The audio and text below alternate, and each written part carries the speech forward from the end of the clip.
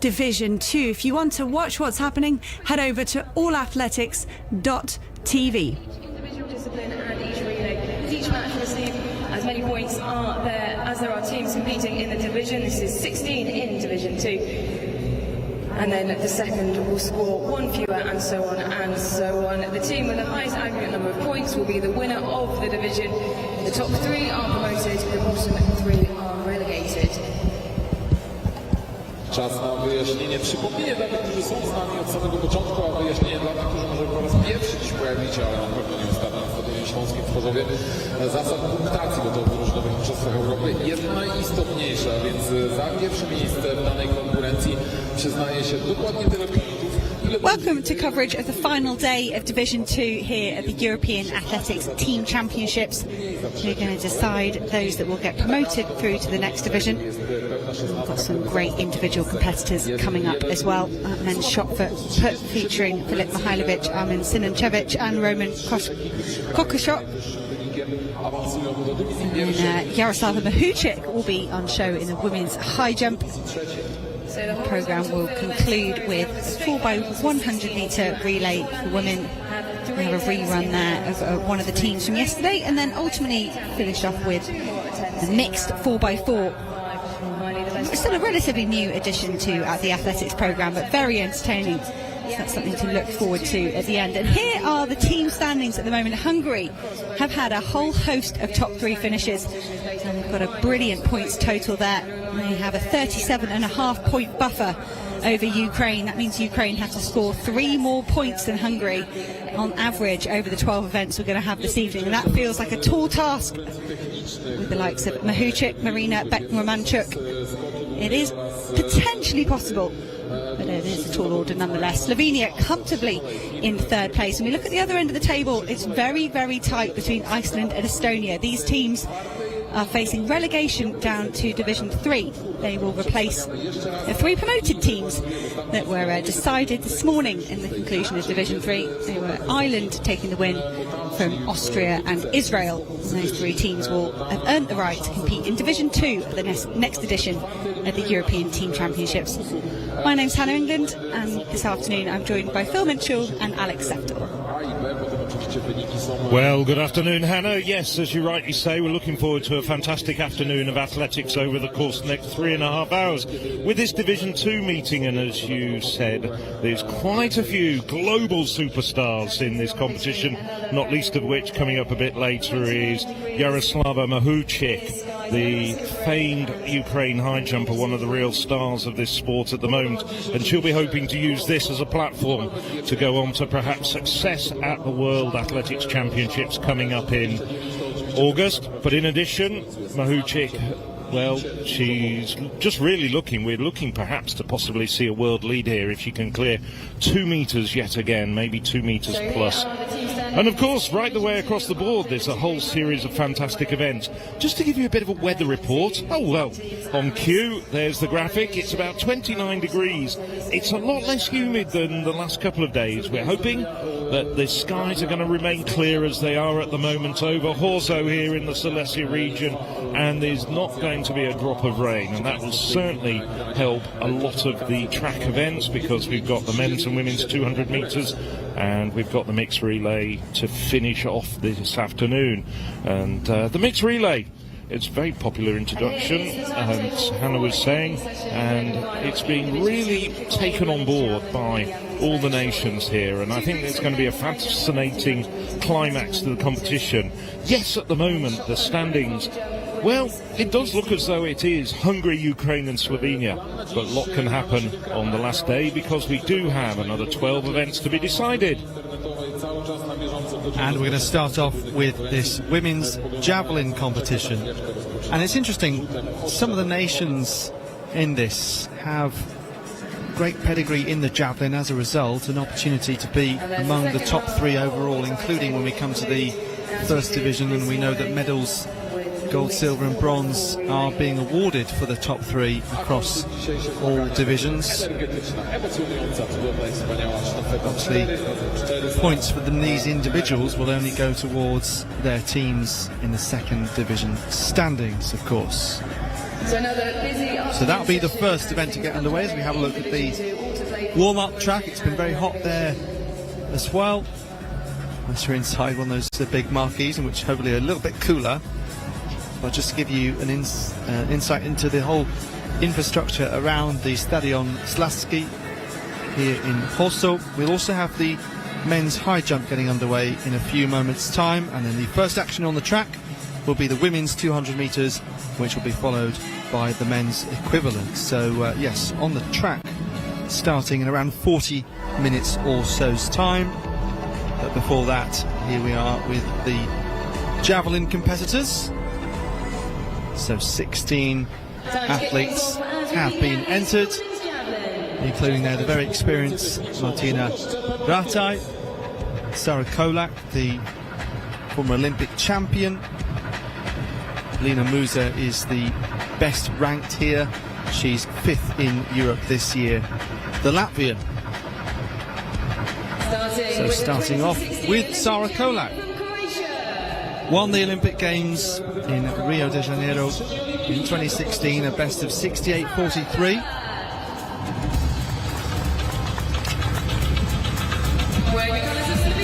Martina Rataj. She's been to 7 European Athletics Championships. Best this year of 56.16. Anders Dilja Oskarsdottir of Iceland. And then the Luxembourgeois Nomi Plemling. So she has discus, high jump, shot put and javelin national titles. Been very impressed this year with Gedli Tugia of Estonia. Midweek in Kladno, she won in the last round. She's gone over 60 this year. Eremea of Moldova. They're battling in the bottom 3. Leveta Jasunited, national record from 4 years ago, 63.98. What an incredible young talent this is. Adriana Vilagos of Serbia, world under-20 champion twice. Christiana Elina of Cyprus.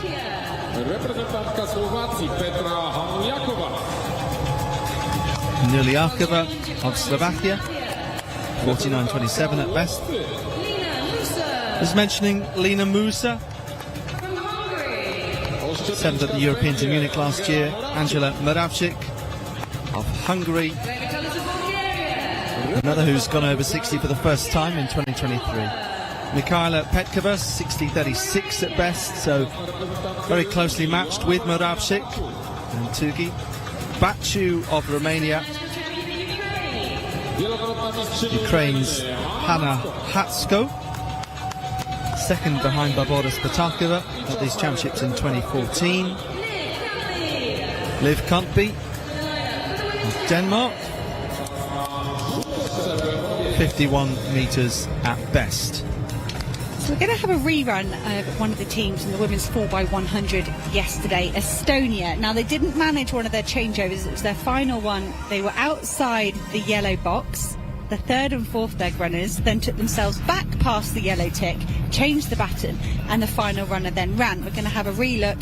Estonia there, the team in the lead as we went into the final circuit, perhaps saying they were impeded there slightly by the team on their inside. Maybe that's the argument they've used. That's the first time I've noticed that, because we were kind of looking at this changeover here.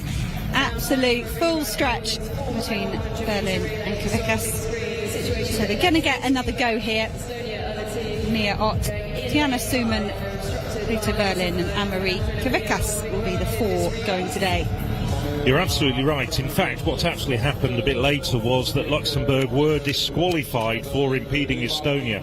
Estonia at the moment haven't got any points from this event. They are in the relegation zone, but they're only 1 point behind Iceland at the moment. So they're going to get points from this event, assuming there's no disasters. That should just take them out of the relegation zone, but it's still going to be close. And that makes sense, because it was such a bungled changeover. And we felt sure that there was disqualification coming the way of Estonia, which you could see that the 3rd leg runner was kind of barged off her way, probably lost some of momentum, and you could argue that's why she wasn't able to get the baton within the changeover zone. So these athletes now will be running for time, and then that will be factored into the main result.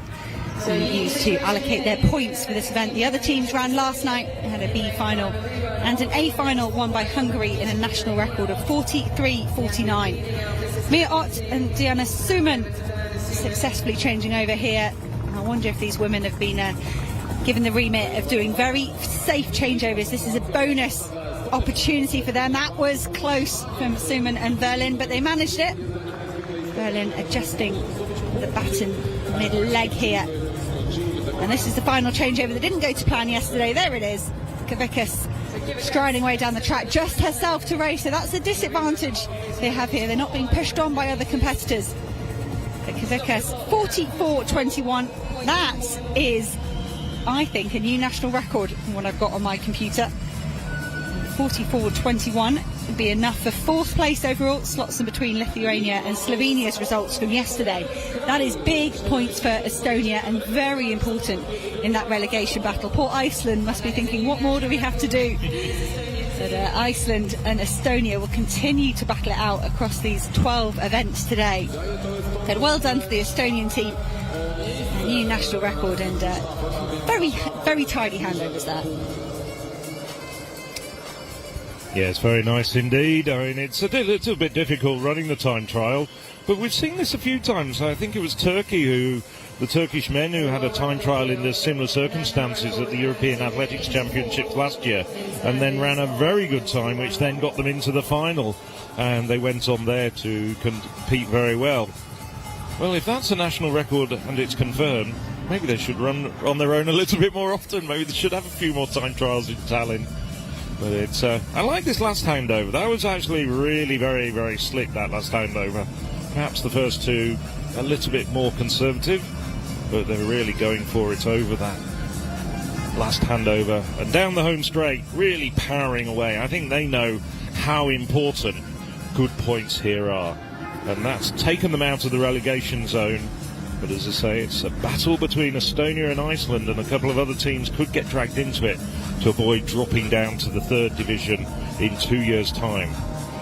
Time there confirmed at 44.21, a new national record by half a second for that Estonian quartet, and I'm sure they would have been delighted to learn they were going to have a second opportunity, and they certainly made the most of it here.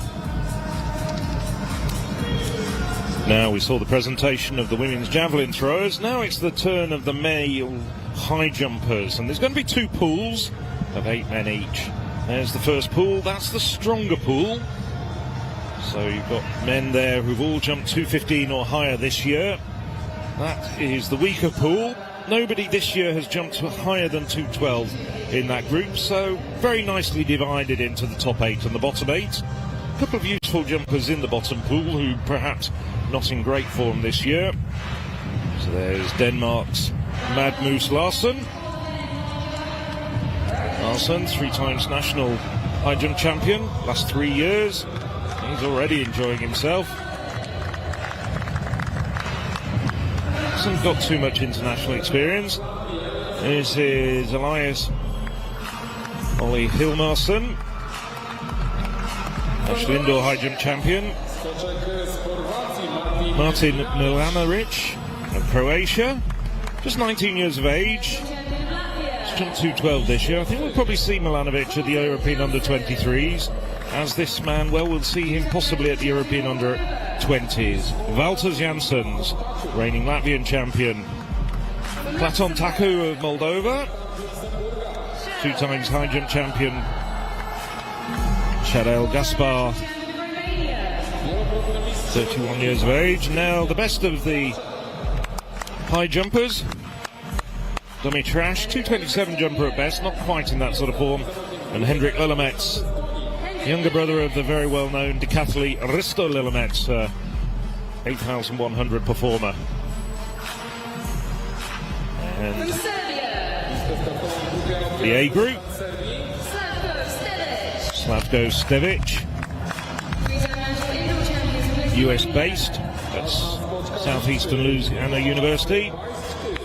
Lithuania's Juras Baiskis, 227 performer at best. Sandro Tomasini from Slovenia. Quite a lot of competitions already this year. Lukas Bear, 7 times national indoor champion from Slovak Republic. Vasilis Konstantino, 30 years of age now, 4 times national champion for Cyprus. Hungary improving Gegali Toro, set a personal best of 2:20 just 2 weeks ago. The very experienced Tiomir Ivanov, 3 times European Championships finalist and a previous winner in the European Team Championships in the second league. 21-year-old Oleg Dorachuk, European Under-18 silver medalist, I should say, not champion, silver medalist back in 2018 in Yor. There's the compiled results with that rerun from Estonia, and they have been put there in between Lithuania and Cyprus. Massive points, and that's going to cause a whole lot of good. A whopping 13 points for Estonia. You can see there were a number of teams that did not finish or were disqualified. Ukraine, a very costly event for them at the other end of the table. And that does the following to the overall team standings. No change at the top. It's predetermined for Estonia, jumped up to 12th place. That battle for relegation now more focused on Serbia and Iceland, just 4 points separating those. So a really, really valuable run for the Estonian women 4x1 team. Well, this is a good event for Serbia, and Vilagos throwing here. In this first round, as I say, quite a strong competition, and that is just short of 60 metres. Victoria Hudson of Austria was over 60 in the 3rd division earlier. Quite hard to predict some of these javelin competitions. It's difficult to say how many we might see go over 60 here, but certainly some very capable throwers, including Lina Musa, 62.47 this year, as I say, puts her 5th in Europe. And the best of this particular set of athletes. And that javelin just veers off a little to the left.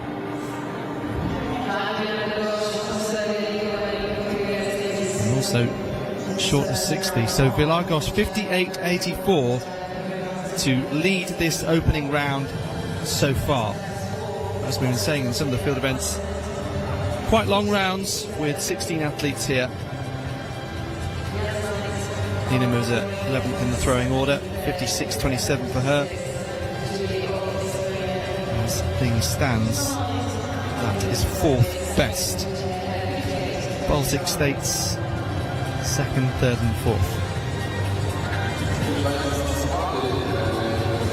Angela Moravchik. Men's javelin competition also coming up later. It's a reasonably strong event for Hungary, and to be honest, this is the thing, they haven't really had any bad events.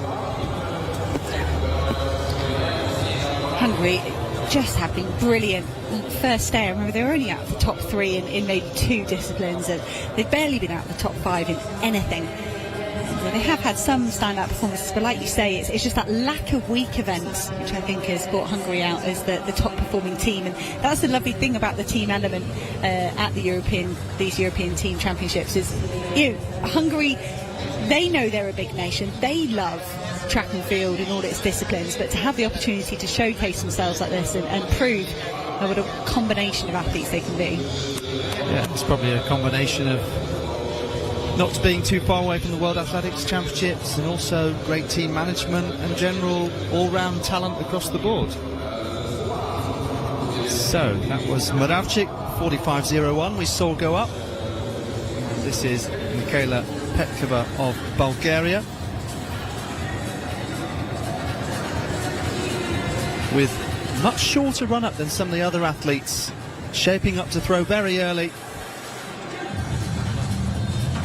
falling around 40 metres. And we did see that in the 3rd division. A few athletes, I think the phrase we used was just getting better at the event as they got through the competition. And she does as well foul over the line. We've been mentioning the weather. It's hot, it's sticky. We've been feeling for these field eventers that are out there with large fields for a long time, but at least the shade is halfway across the stadium here. Plenty of shade for these javelin throwers to hide in and recover. So kind of conditions this morning, but still not easy. Baciu of Romania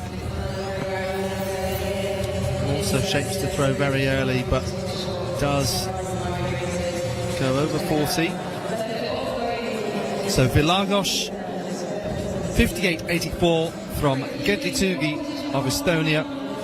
So two very young athletes out front, and then Jasunitai, 57.46. So nice and close so far.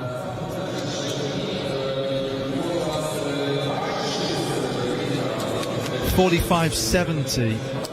Once again, look at that heavy tape around her elbow, also just feeling it after the throw. Hansko of Ukraine, 67.29 at best, but 58 this year.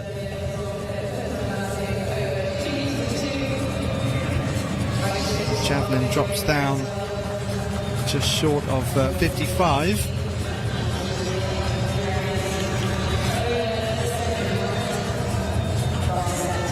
Let's have another look. Building up speed along that runway. Transfer of energy, pushes right through and blocks to come to a complete stop.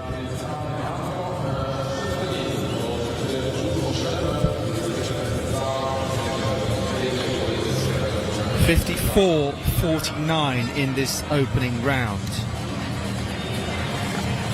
So top 8 all over 50 and indeed 52 metres. You're watching live coverage of the European Athletics Team Championships from Silesia, here with the women's javelin. Kontby of Denmark.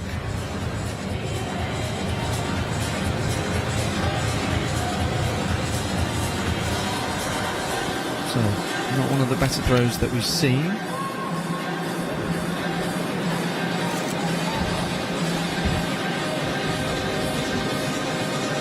Denmark in a solid mid-table 7th place in the team standings. Just under 50 points off the promotion spot. Still plenty of good battles to be had. So needing to be in the top 8 after 3 rounds, of course, to get 3 extra throws, and in the top 4 getting that final 6th effort. So there's 2 extra throws between the 4th and 8th. Sarah Kolak, 2016 Olympic champion. She's kind of struggled to reach her best form in recent years. Part of that is because the general struggle for consistency year on year as a javelin thrower. Such an explosive event on the body does produce those elbow and shoulder injuries.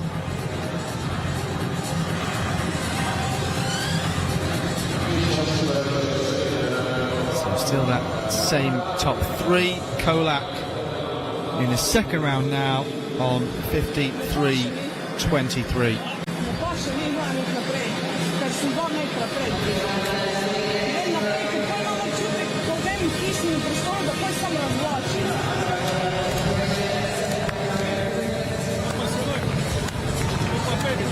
Very experienced Martina Rataj of Slovenia going next. 56.16 this year. She's only 2 centimetres off that. Good energy with the run up. A nice angle of release. That could move her up potentially. 5th at the moment. Only needs 13 centimetre improvement to do so, but it is a foul.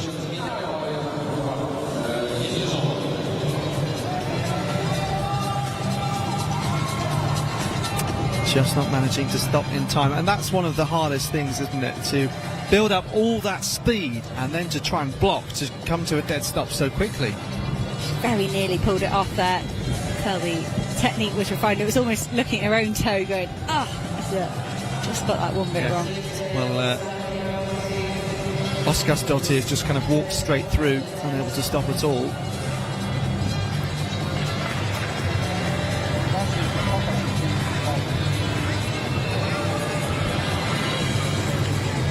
I know we're only in the early stages here of the javelin, but it's not a good point swing look between Serbia and Iceland. There's 4 between them at the moment, at the bottom of the table for relegation, and Villagosh leading the way, and Óskarsdóttir down in 9th. And in the women's high jump later, Serbia have got Angelina Topic coming up, who's probably the second best in that competition.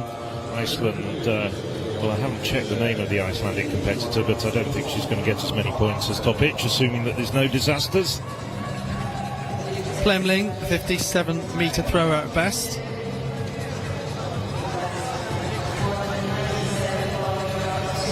So be keen to get a valid measurement in the second round, and that's exactly what she's got.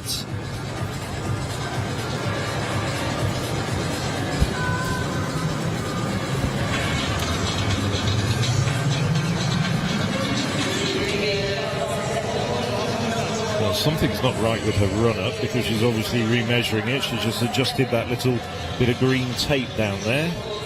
Yeah, it wasn't the straightest of run-ups. 45.09, so that is in 11th place. At the moment, Sarah Kolak is on the proverbial bubble in 8th with 53.23. So Gedli Tugi, the Estonian, European under-18 and under-20 bronze medalist, 2018-2019.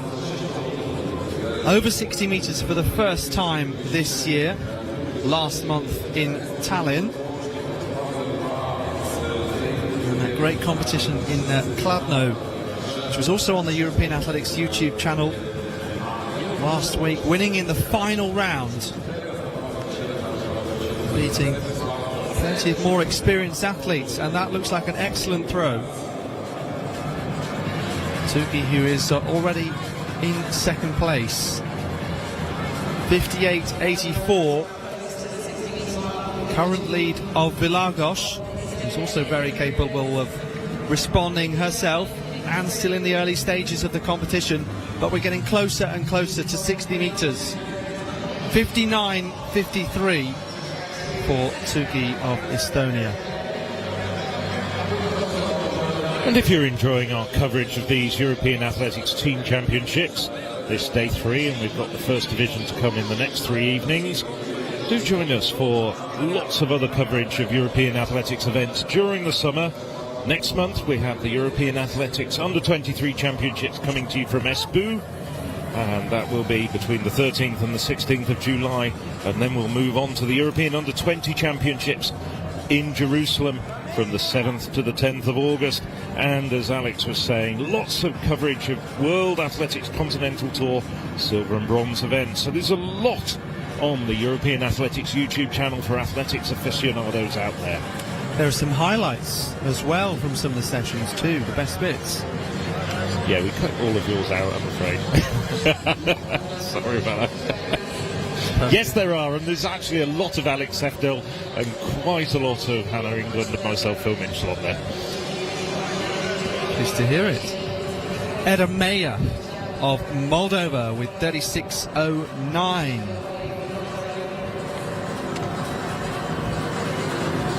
Jas United. Eyes keenly focused ahead on the sector. And the officials then run over like people trying to catch a bouquet of flowers flown at a wedding.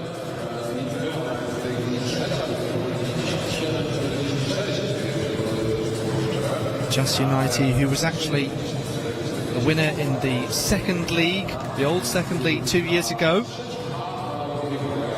61.57 puts her 6th in Europe this year. But as we know, when you actually come to a competition, particularly with javelin, those sorts of rankings don't seem to matter. It's just one of those events where you could look at an all-time list, or sometimes national record holders. They don't always match up to those who've won the Olympic Games, who've won major titles, in part just moments of sadness and also moments of excitement. Villagosh, though, surely with a great future ahead of her.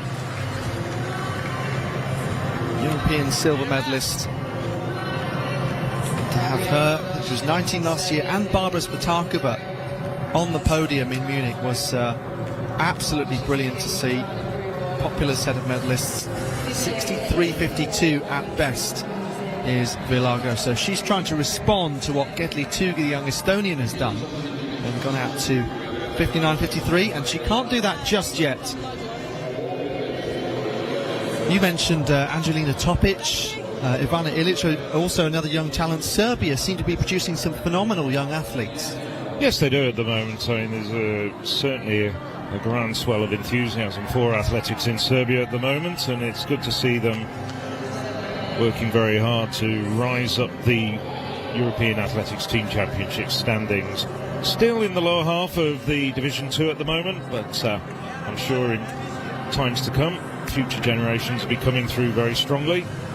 That's Elena. And speaking of Serbians, here in Group A is Slavko Stevic. Stevic, over cleanly 2:02, 2:07. His first attempt is the first man to attempt 2:11 in Group A. Has improved to a personal best of 2:19 this year. Nicely over. He's a rising talent without a doubt. Was a finalist at the 2019 European Under-20 and then the 2021 Under-23 Championships. US based. It's at an American college, southwestern Louisiana.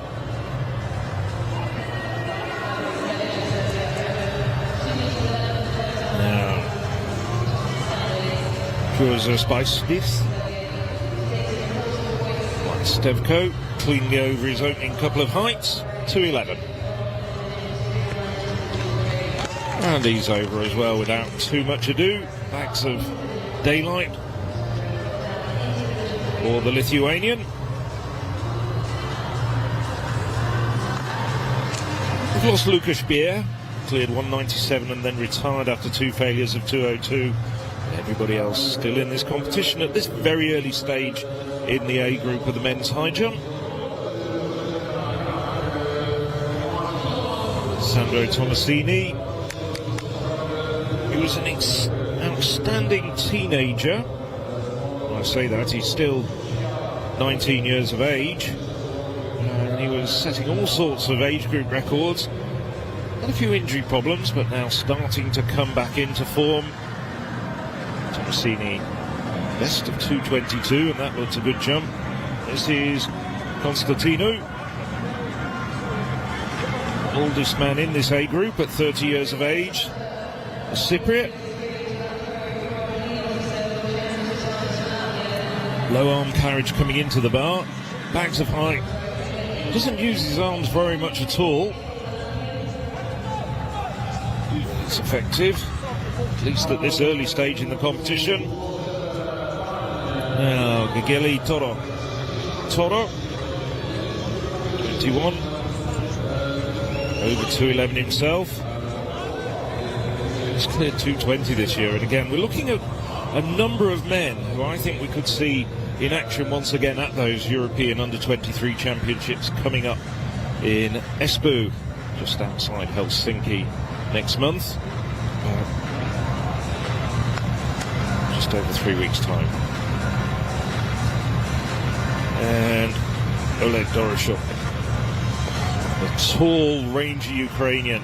I think this man's a real talent. Of course, over the years we've had, in the last decade or so, the likes of Bohdan Bondarenko winning European titles, and we've had other men, Prosenko still around the international circuit, winning medals on the continental and global stage. Doroshuk, I think, is the next man off the Ukrainian high jump production line. Lena Musa in this javelin competition, and she likes it. That is a brilliant throw, and it's our first over 60 metres. So the best ranked athlete now producing our longest throw.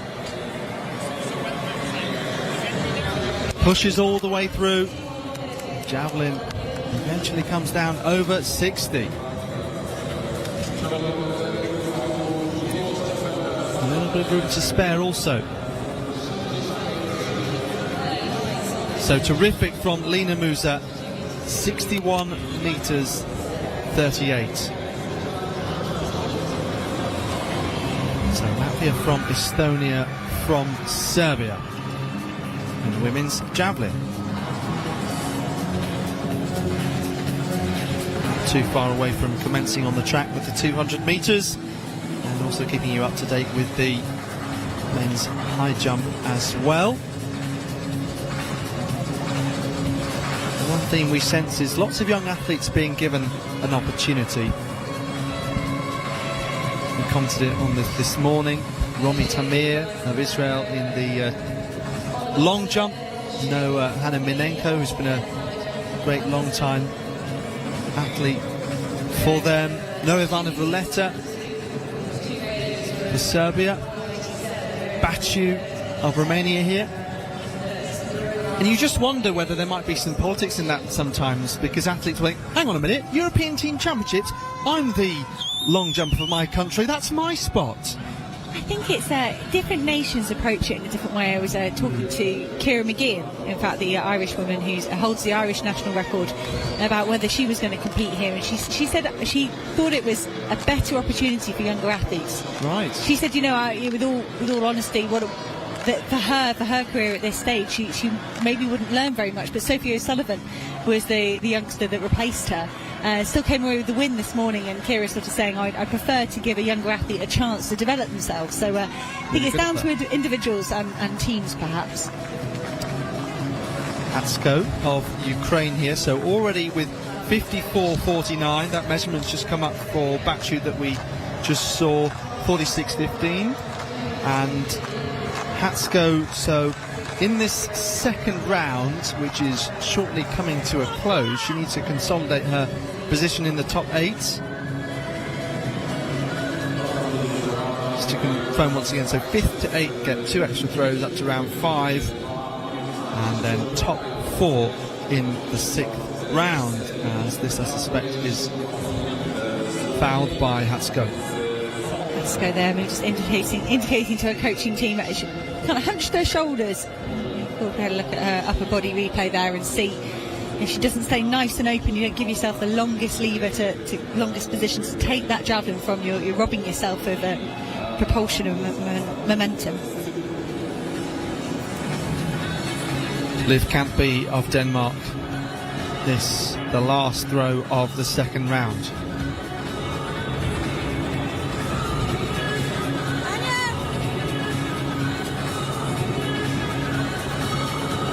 So battling for every point here. She's 12 metres off the top 8, so doing the best she can.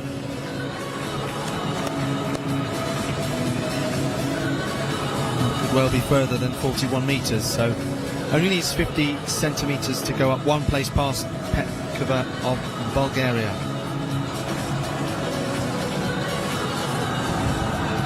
Only 10 points between Denmark and Bulgaria in the standings, 7th and 9th respectively.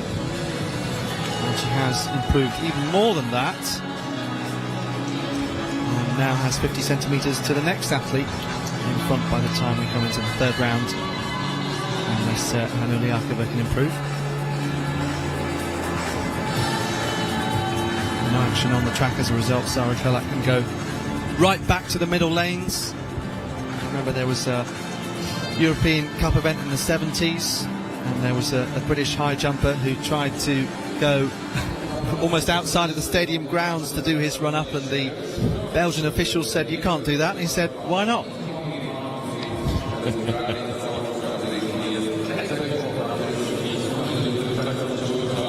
Sarah Kolak in this javelin. Well, she's come forward a little, so not as long a run up, holding the javelin high above her head, transfers the energy but doesn't come to a stop. Well, it is really a surprise to see Kolak down there in 8th place, fighting to try and get 2 extra throws. Yeah, it's just not there for Kolak at the moment, is it? Yeah, I don't know what your take on that is, because I know sometimes javelin competitions can be unpredictable, but that absolute dream moment at the Olympic Games in Rio 2016, but she hasn't perhaps had the career that you might have expected since then. Well, I think you mentioned it. I think injuries derailed her not long after. And, of course, Martina Rataj has had her own injury problems over the years. And Sarah Collett just doesn't look simply as strong as she did back in 2016. If you look at the arm muscles that she had when she won that Olympic title, bearing in mind she was only in her early 20s, she hasn't got the same sort of definition with the muscles. I think it's just simply time in the gym. Yeah, well, it could be a number of reasons. As well as talking about the injuries, I feel like I should talk about the positives when we see some athletes performing great into their 40s, like Spatagova, like Zalesny, and like Rataj. It is an event in which we do see some real veterans continue for many years, and it's also one of the events, if you were just purely focusing on that event every single throw for half an hour, personally I find I enjoy the javelin as much, if not more, than any other event. And Rataj is absolutely delighted with this throw here in the third round, just waiting to see what the measurement is. It's 52.77, so not as far as she's thrown previously, but she was still very happy with it. Oh, indeed.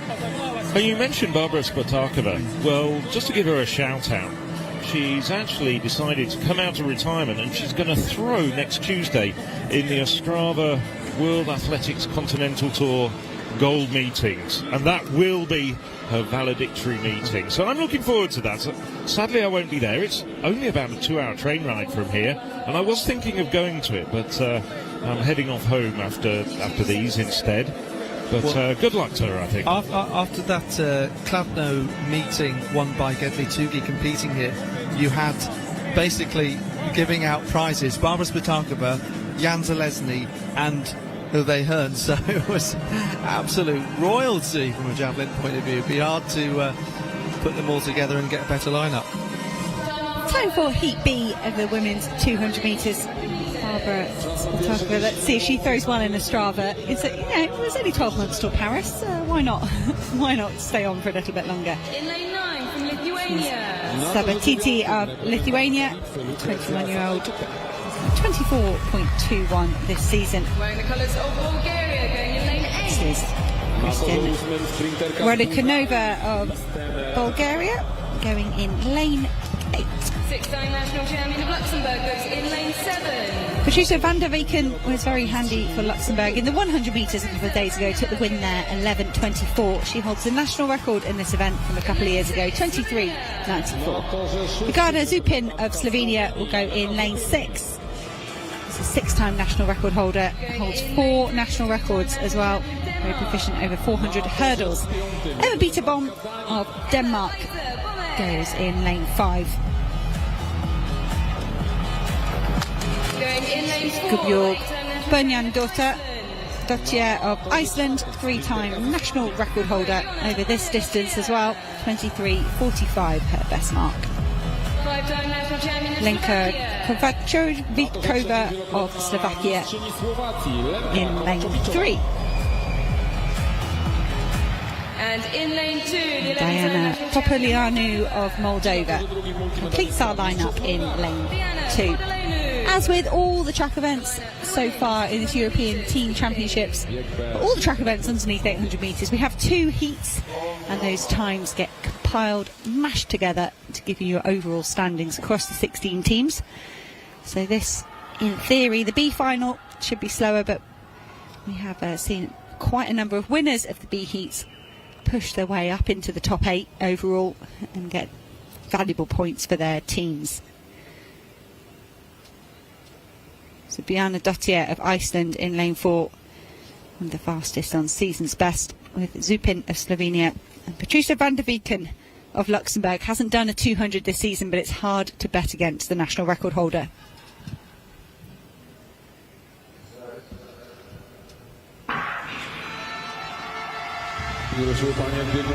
Fairly even on the start, fairly even through the first 50 metres. We're going to have to let this stagger unwind. Patricia van der Weken looks like she's had a good bend. Her Bomme in the red of Denmark is moving well as well. Patricia van der Weken, we know she was good over 100 a couple of days ago, and here she comes in the 200 as well. getting into her running in the closing stages. 23.2. That is fast from Patricia van der Beeken. If that time stands, can that surely be correct, Alex? That's very, very quick. That would be a national record for Patricia van der Beeken by a chunk. 23.94, her previous mark. Oh, extraordinary. I mean, she seemed to get a good start, and then you just expected her to go away. She didn't, but then suddenly it's almost like a switch was turned on, and she found that big gap down the home straight just when I thought that Bommer was going to try and close. So let's have another look here. Van der Beeken in lane 7, 2 from the outside, and then Bommer from lane 5. Van der Beeken looks very strong at this point. And then the others start to close behind, and the race result becomes uncertain. But it's this final gear in the last 50 metres. And the opposition is starting to tire. Van der Beeken stretches out and suddenly produces a phenomenal time, certainly appearingly. Well, her national record set back in 2021, and I think this explains some of the seeding. They are being sympathetic to some athletes that haven't done necessarily this event this season. That Patricia van der Beeken, that 23.19 national record, that's going to stand up there in the A race as well. It's going to score her good points. Well, I guess she has made a big breakthrough over 100 metres this year to 11.02, and as you said, hasn't quite shown the same form yet, so maybe this was just waiting to happen. Certainly was. Patricia van der Beeken, national record 23.19. Emma Bommer of Denmark with a personal best 23.47 in second.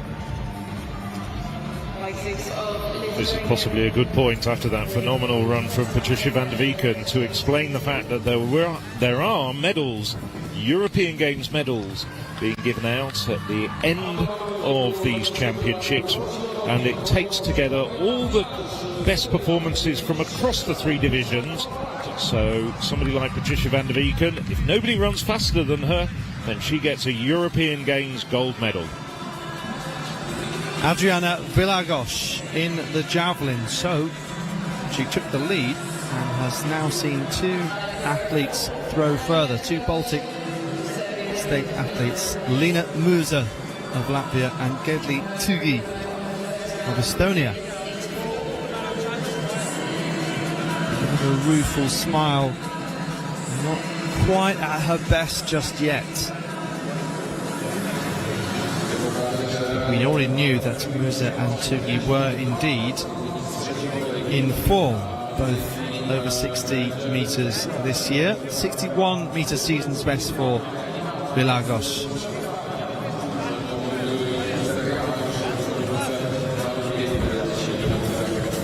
So of course we're in the 3rd round once again, trying to get inside the top 8.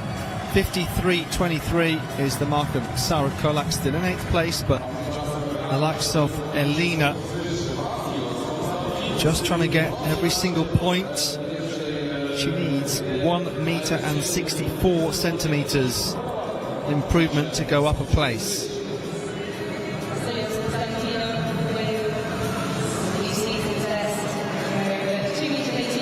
Cyprus in 11th in the team standings, 22 points above Estonia in the bottom 3. 40.51, a slight improvement for her. Right, back to the track we go, with that time of Van der Beeken in mind, to the women's 200 metre A race.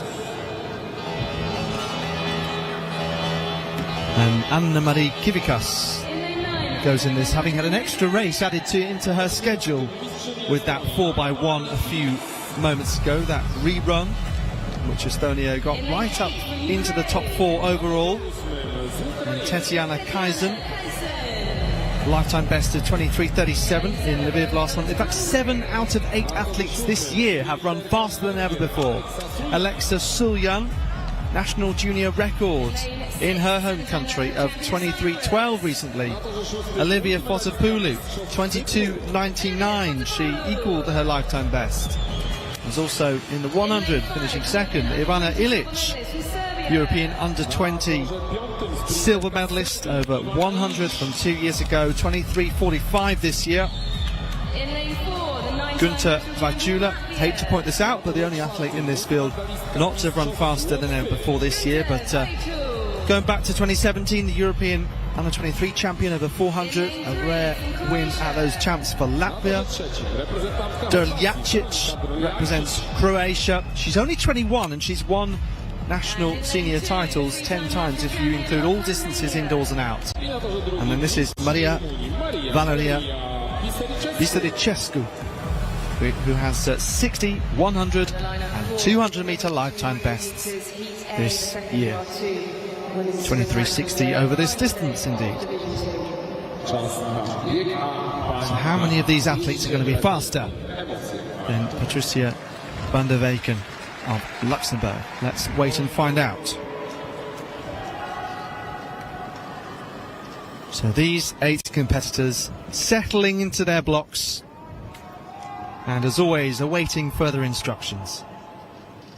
Bisericescu, Derljacic, Vajula, Ilic, Fotopoulou, Suljan, Kaisen and Kivikas of Estonia on the outside in lane number 9. The A race of the women's 200 metres.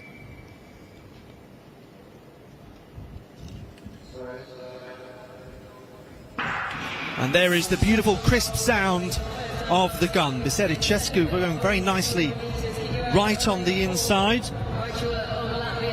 Watch out also for Fotopoulou in the navy of Cyprus, going very strongly through the centre here, and no one able to respond. Vajula coming through well for third it looked like, and in front of her was Suljan, but a clear victory for Fotopoulou of Cyprus, 22.71, so more than 2/10 of her lifetime best, and the Cypriot emotional about what is a wonderful breakthrough time. Lovely to see the emotion there from Fotopoulou, and that's what it means to these athletes as well. They train hard all year long, and we mentioned it a lot this morning, that the chance to come to this Lasky Stadium, it's a brilliant arena. It has fantastic results every time there's a meeting hosted here. And to make the most of that opportunity is brilliant for Fotopoulou.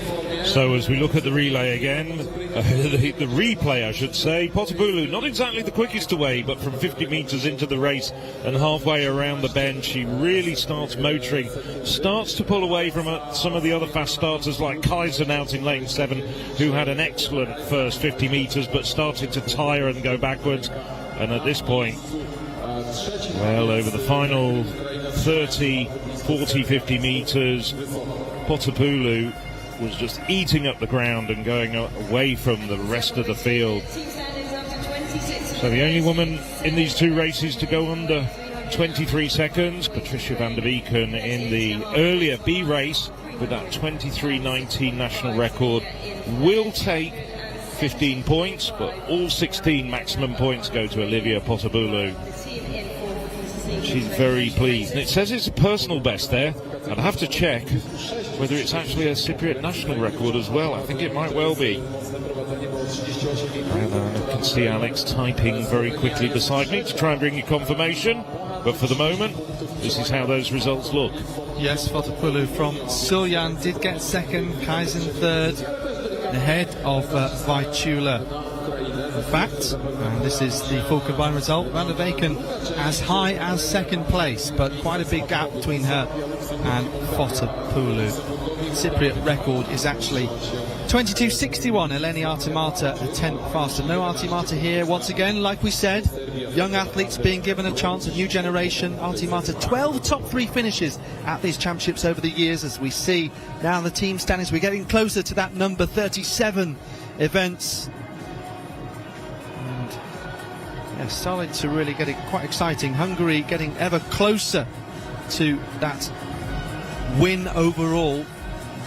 Ukraine and Slovenia remain in the top 3. Nina Musa, our third leader that we have had across 3 rounds. And that could well extend her lead also. So 61-38 at this point in the competition. It's been a phenomenal year for Latvian javelin throwing generally. They have 8 men over 67 metres this year. And Lina Musa, the top out of all of these competitors in the second division. 62-38, so exactly a metre added to her lead from Gedli Tugi and from Adriana Vilagos of Serbia.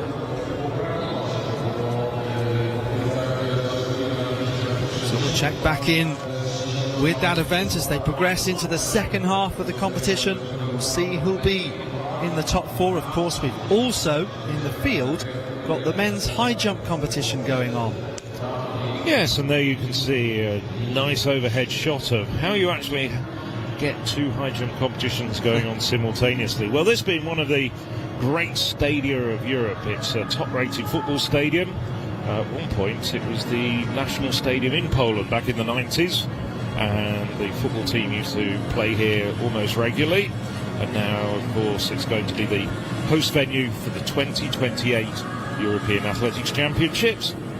But this is 2023. Here's the European Athletics Team Championships. And here is Liv Kampby of Denmark. So, really this is about improving as many centimetres as possible. She did that in the previous round, 41 metres, then 44.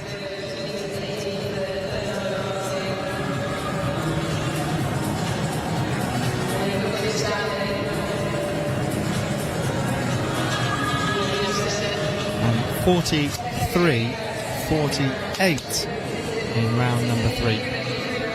So she's in 14th place and will collect 3 points.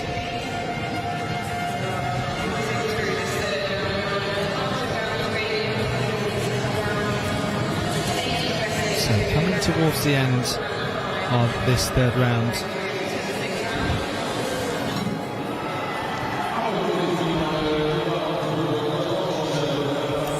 A couple more throws still to come. It's Musa of Latvia from Tugi of Estonia and Vilagos of Serbia.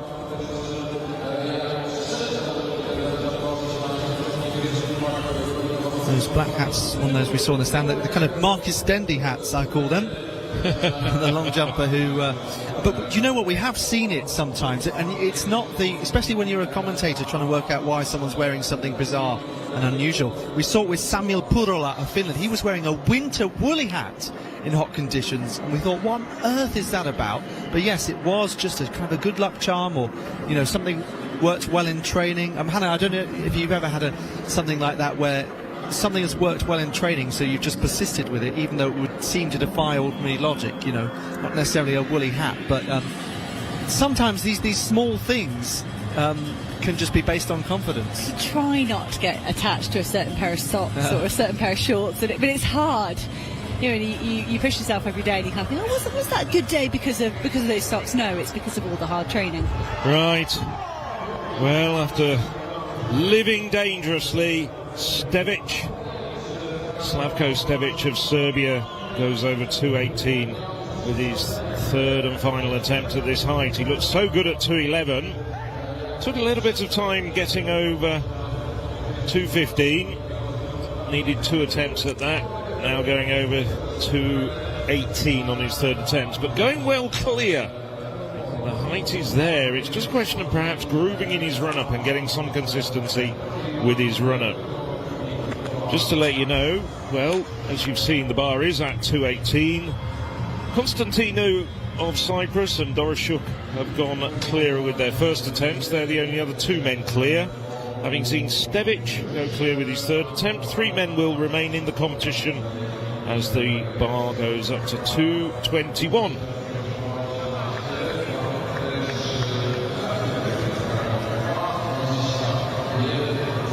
Nice moment for some of these athletes to rehydrate, I guess. Yes, it's very warm out there. The competition's not going to be as long as it might be at a major championships because there's only 8 men in it. But nevertheless, it's still very warm. And it's actually quite dry. It's a lot less humid there, so they're going to take on quite a lot of hydration during the course, just sipping away rather than taking it down by half a litre at a time. 2 meters, 21. You can see the Slasky Stadium. Well, I was talking just a few minutes ago about what a great facility it is, and I think we're going to see some very good times as well coming up in the men's 200 metres very shortly. So we are commencing this 4th round with 8 left in the competition. These are the 8 women involved. Sara Kolak has improved 1 place and climbed above Hatsko of Ukraine. So not the strongest event for the Ukrainians, with Hungary set to extend their lead.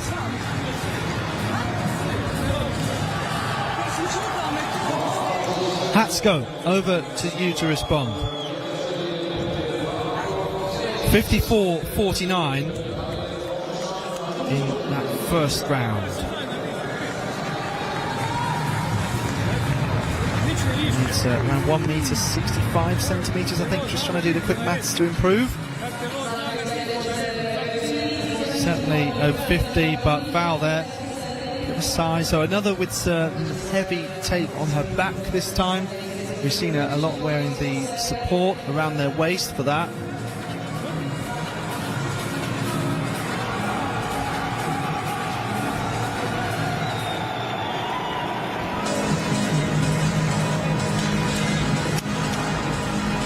So following what's happening in the field, but we're going to switch our attention to the track next. Thank you, Alex. Yes, it's the men's Heat B. The slower men, if you like, in the men's 200 metres. But having said that, well, we just saw in the women's Heat D of the 200 metres, Patricia van der Wieken flying to a Luxembourg national record and finishing 2nd overall. So this is Stanislav Kovalenko, 2 times Ukraine indoor 60-metre champion. He's inside. David Volig of Luxembourg, personal best this year of 21.28. Bosko Kijanovic, we saw him in the relay last night. His brother Alexei competed in the 100 metres and he was also in the relay. Zoltan Vol, fastest man on current form at 21.10. Stavros Avgostino, 2nd in yesterday's B100. And he's inside. Jakob Hovrut.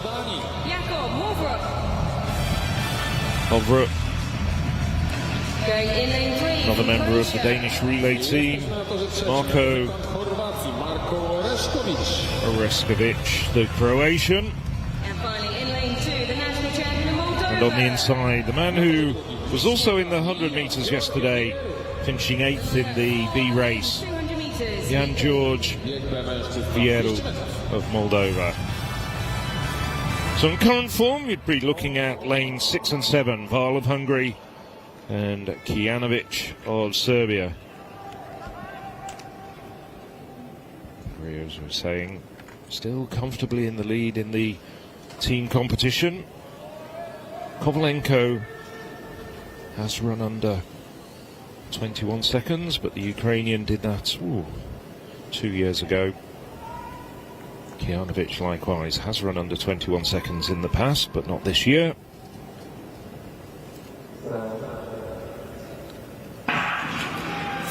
So they're away, and it is indeed Kijanovic, the Serbian, who's away very quickly, making up ground, going past Volig almost within a few strides. Now trying to get up onto equal terms with Kovalenko on his outside.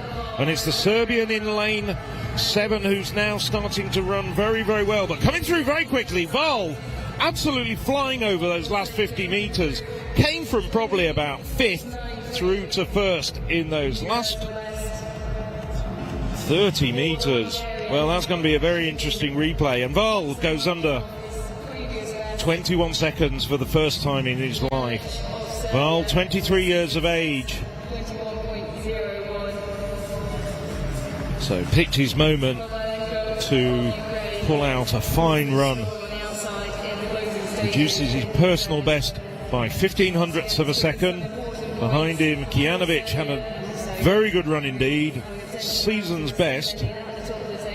But couldn't hold off well once he turned on the afterburners with about 40 metres to go. Such a strong start from Bosko Kijanovic of Serbia, and I think just that transition off the bend into the straight didn't quite go to plan for the Serbian. It certainly did for Kovalenko of the Ukraine, but even more so for Zoltan Val of Hungary. He had that momentum in the last 50, 60 metres, and it's fun to chase. Gives you that impetus and that motivation in a nice relaxed way, rather than Bosko Kijanovic, who would have been painfully aware there were athletes piling around either side of him. Kijanovic there doing well to hold on for second by 0.06 from Kovalenko. Confirmed time for that heat, and it was Zoltan Val who spent a personal best of 20.92, followed home by Kijanovic of Serbia and then Kovalenko of Ukraine. That was the 1-2-3 from the first heat. Back to more field action, then shot put. Now this field is absolutely loaded. I'm going to say this is a better field than we're going to see in Division 1. We've got Zane Weir, Thomas Stanic and Michael Heretic to come in Division 1. That will be on Sunday afternoon. But this field has got some serious big hitters in it. 3 medalists from the last 2 European Championships in Munich and Istanbul. This man, Bob Bertemes of Luxembourg, is throwing very well. He's the national record holder, not to be confused with the Bob Bertemes running the 5K in around about an hour. Very different men, very different athletes. Jan de Haal of Estonia will throw second. He's a 5-time national indoor champion, 3 times outdoors. Alexander Mazur of Moldova will throw third. He was 13th in the discus yesterday.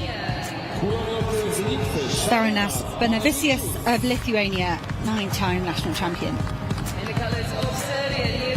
Armin Sinanchevich took a brilliant silver medal at the outdoor championships in Munich last summer. National record in 2021, 21 metres 88. Petros Michailidis of Cyprus is up next. He set a new personal best of 17 metres 50 centimetres this season. This is Adrian Baran of Slovakia. Oh, he looks happy to be here. That is the most colourful headwear we've seen so far. Keep an eye on Michailidis and that hat. Edgars Berkis of Latvia will throw 8th. Spavas Toth of Hungary, and that's a nice beard he's brought to the men's shot put as well. It's a very flamboyant field altogether. Bulgarian Galin Konstantinov, 43 years old, 10-time national champion. Andre, whereas Toda of Romania, he holds their national record of 21 metres 29. Roman Kokoshko up next from Ukraine, new personal best 21.52 this season, winning the European Throwing Cup in Liera. Kenneth Mertz of Denmark, the next athlete on our list. From Croatia, the European champion. Filip Mihailovic took gold in Munich last summer. He's a World Indoor Championship bronze medalist from a few years ago. And gold was inspired in Munich. He was 4th at Istanbul in the Indoor Championships. Laz Zupanic of Slovenia is our penultimate athlete. And Gunni Gunnarsson of Iceland is the last athlete to be introduced. He was 3rd in the discus yesterday. This is Estonia's Gedli Tugi in the javelin. So, 4th round now. She's in 2nd place, having previously led the competition. And then Lina Muzet produced her best. 62.38 is what the lead stands at right now. Tugi going over 60 metres for the first time in 2023. Clearly a young athlete with great potential.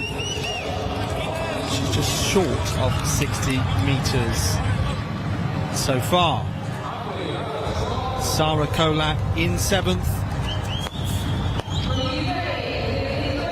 Moved up from 8th at the end of the 3rd round.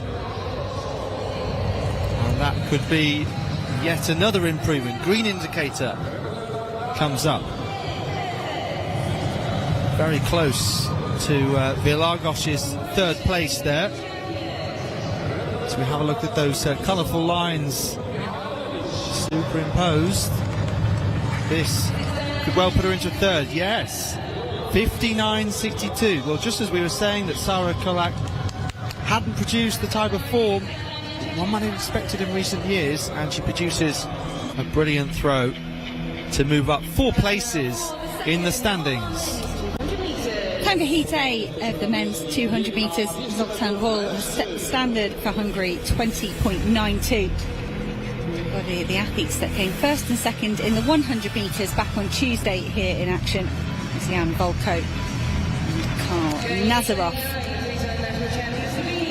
Matijas Stasic of Slovenia will go in lane 9. His team sitting in third place at the moment. And a few more points available here for the Slovenian. Gediminas Trakauskis of Lithuania goes in lane 8. He holds their national record at 20.48. One of the few athletes in this field that have gone underneath 21 seconds. Thorbein Gunnarsson of Iceland holds their national record, and he was credited with the fastest anchor leg in last night's 4x100, so keep your eye on lane 7. Jan Volko won the 100 metres. Made the final in Munich over that event, coming fourth, but he does hold the national record here over the longer sprint, 20.24 back in 2018. Oskar Zgrava of Latvia goes in lane 5. Slavi Mutavov of Bulgaria takes lane 4. 21.01 for a lifetime best this season. Could he dip under that 21 second barrier here this afternoon? Marian Tănase of Romania goes in lane 3. 3-time national champion. And Karl-Erik Nazarov, brilliant fourth at the World Indoor Championships back in Belgrade. Very good starter, very good 100 metre runner. And that was illustrated well against Jan Volko in the 100, but Nazarov not quite got similar accolades in the longer sprint here in half a lap. So I have to see how Karl-Erik Nazarov matches up.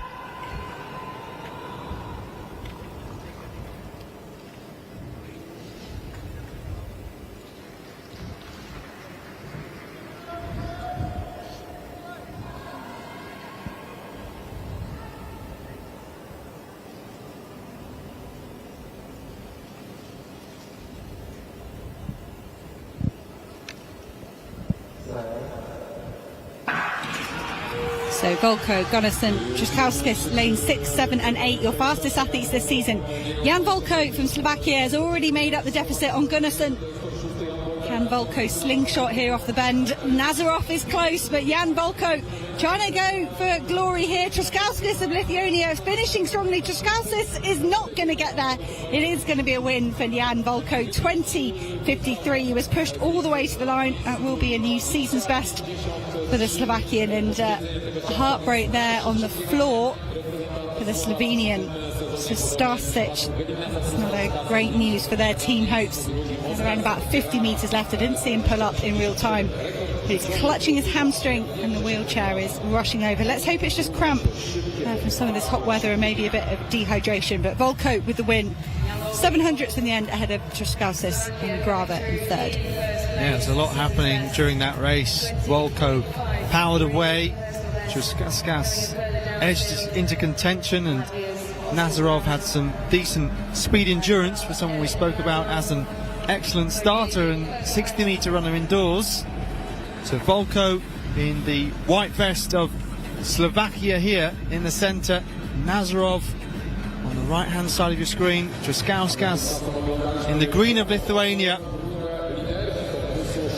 Volko is just able to hold on.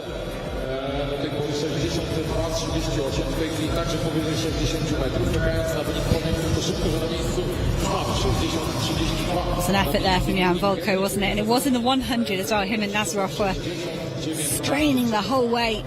Volko really is the full package, isn't he? Good over 60 and 200. And I think in Munich, he's one of the few athletes that had to do the very opening round that some of the faster athletes were exempt from. And he worked the whole way through the rounds to come fourth, which is a fantastic result for him in Munich. As we just see Stasic getting wheelchaired off, unfortunately. There are the confirmed results of Heat A of the men's 200 metres. Jan Volker up top with a new season's best. Trzaskowskis nearly causing an upset. Grava and Nazarov rewarded with personal bests. We compile those results together with the final B. You can see Zoltan Val there has slotted himself into 4th place, pushing Karl Nazarov down into 5th, and yet another strong run from a Hungarian team member. Despite being put in that B race, he didn't let that deter him or slow him down one bit. See the overall team standings with 10 events left. Hungary just extending their lead over Ukraine at the other end of the spectrum. 10 points now between Iceland and Serbia. That's starting to look like a healthy gap. It look like it might be Serbia surviving for another year here in Division 2. Yeah, let's wait and see. Gedli Tugi of Estonia trying to improve in this 5th round then. So Sara Kolek was the big improver a moment ago, 59.62. So Tugi is still 57 centimetres in front of her.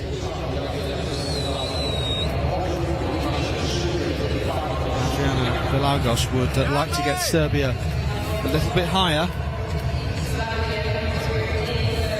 to help just grow that gap to Iceland.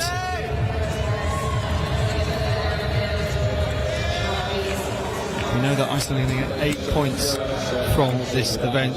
Tugi 60-19, so that lead has shrunk to 13 centimetres. Vilagos. Now time for the final throws in the women's javelin. Serbian contingent here cheering her on.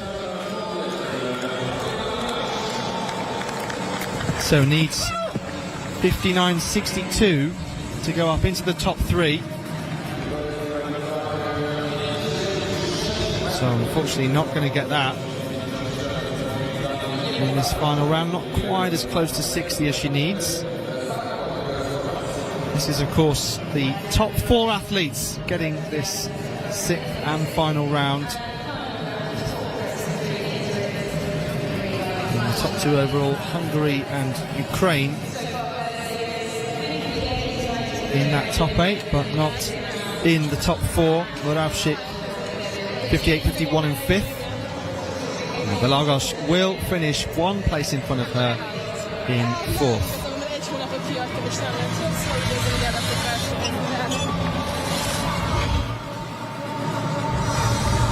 Sara Kolak now within touching distance of Tugi,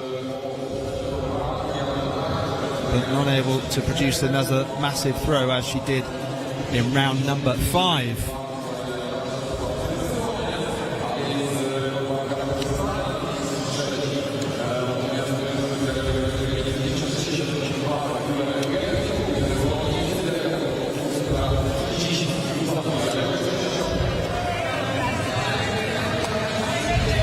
So Sara Kolak finishes in 3rd place. And that's still one of Croatia's better results in this competition.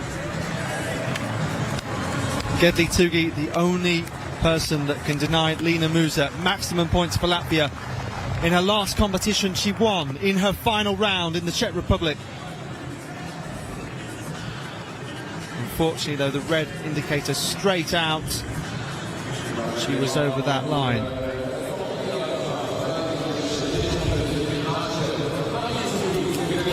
Just by her fingertips. Literally, yeah.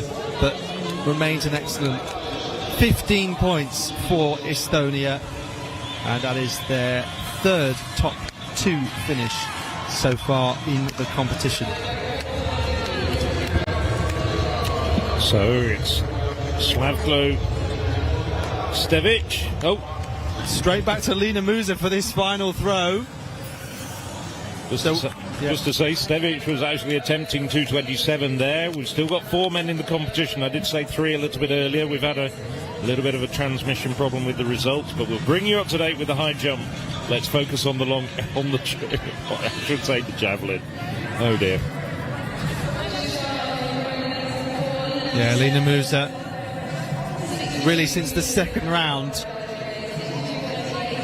she established authority on this competition.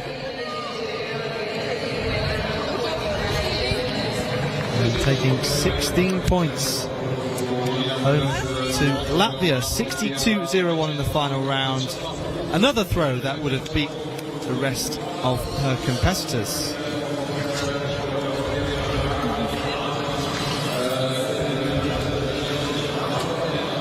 So we'll confirm the full result of that women's javelin competition.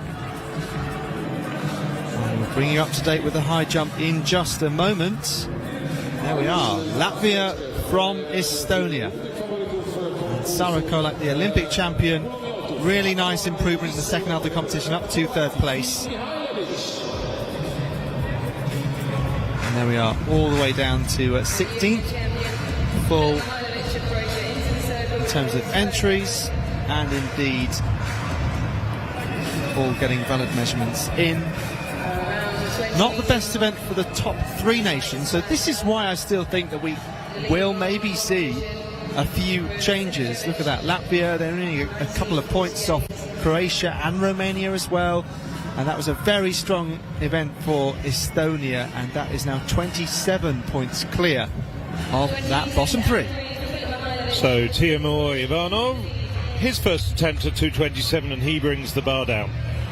Just to bring you right up to date with what's been happening in the high jump, and we have had a couple of technical problems getting the information from the far side of the arena, but there are four men still in this competition. So over 224 at the first time of asking were Ivanov and Stevic, who you've seen. And we're back to the shot put now, but let me just finish. Then over at the third time of asking, Doroshuk, the Ukrainian, Konstantino of Cyprus passed his first attempt at 224, and Ivanov, Stevic and Konstantino have failed their first attempt at 227. There's been no messing around in this men's shot put. They've got right to it in the first round. Armin Sinanchevich went out to an early lead, 19:48. And this man, Filip Mihailovic, the outdoor champion in Munich last year, is throwing the first throw over 20 metres. That gives him the lead by over half a metre. Filip Mihailovic, as you might expect, in the driving seat at the early stages. So now the high jump, and Ole Doroshuk attempting to equal his personal best. Jumped 227 last year in Italy, in Rovereto. Didn't really attack it terribly well. There wasn't much, as Hannah likes to say, much oomph there. He didn't have the goulash we had for lunch. No. That would have given him plenty of oomph. No, 227, first time failure for Doroshuk, but he's got two more attempts. And when he was getting it right, he was looking very good indeed. The 21-year-old Ukrainian. He's the first man to have brought the bar down twice, but we've still got Konstantino. Well, Konstantino now.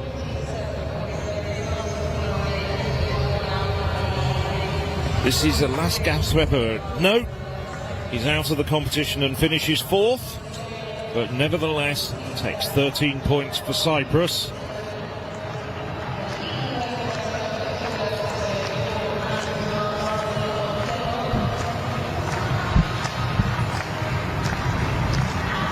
We'll have Stevic of Serbia and Ivanov to come as well with their second attempts, alongside Doroshuk.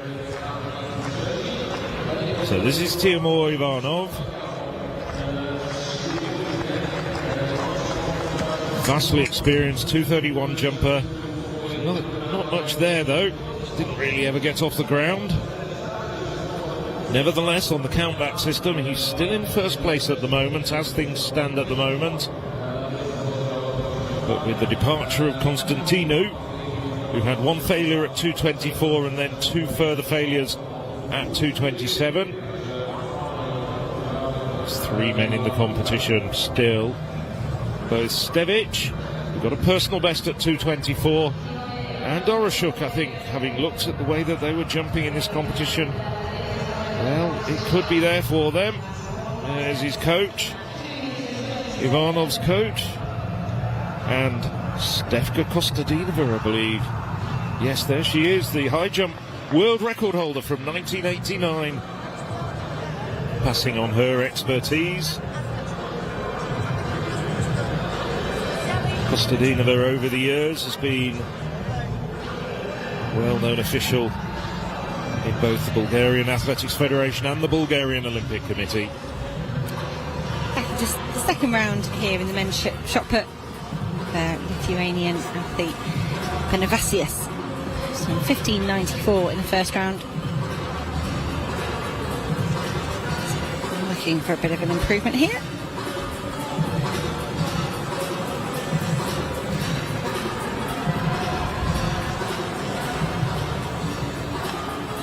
And 16.62, that's a very handy improvement for Benevasius.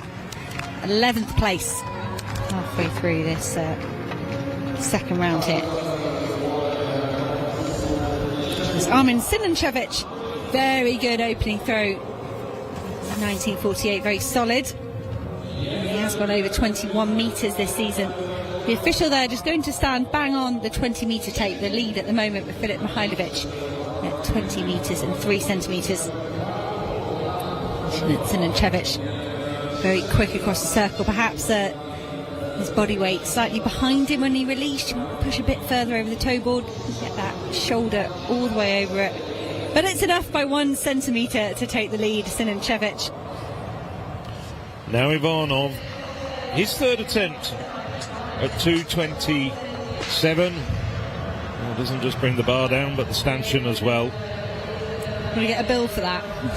Check the equipment and say, yeah, send the bill to the Bulgarian Federation.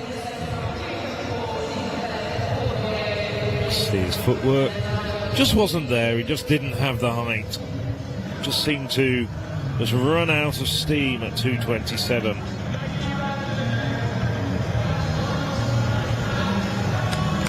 It's looking as though Stevic and Doroshuk have been passing this height.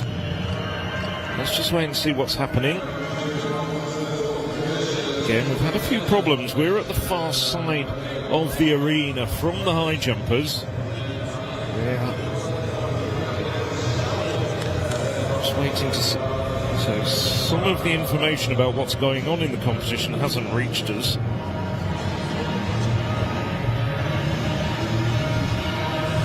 Well, handshake there from the still women's world record holder Stefka Kostadinova. 2:09. And Timur Ivanov. Once again, I think as I can see the bars coming down. I don't think anything further is going on in the high jump competition. There it is, confirmed. Ivanov does win on countback at 2:24. Stevic gets personal best of 2:24. Doroshuk also over 2:24. But separated 1, 2, 3 on countback, and then after the men's high jump, with 8 events still to go, no change at the top. Back is up next in the men's shot put. Latvian has gone to nearly 16.5 metres this season.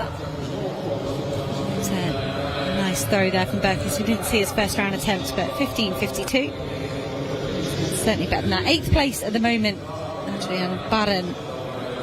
18 metres will be beyond Berkis today. I did say this Division 2 men's shot put was extremely high quality. Top few athletes in this field, you'd very much expect to see names like that when you head to a one-day meet across Europe. Division 1 is okay as well, Zane Weir, Thomas Stanek, Michael Heretic, but to have Filip Mihailovic, Armin Sinanchevich, Roman Kokoshko all in one field with Bob Bertemis as well is very special. Hungary up next, Balazs Toth.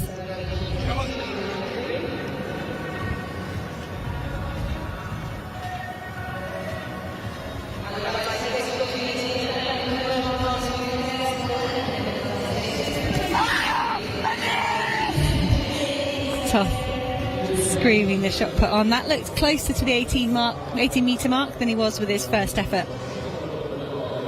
Still, if you want to be in the top 8 and get into round 4 and 5, you've got to be over that 18 metre mark. 18.02, still with Adrian Baron of Slovakia.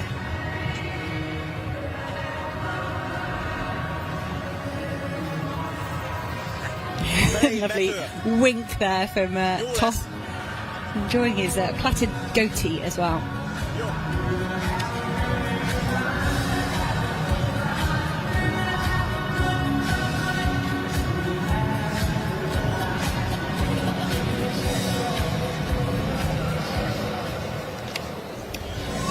So we move on, and in the field, while the men's shot put goes on, the women's long jump is just about to start.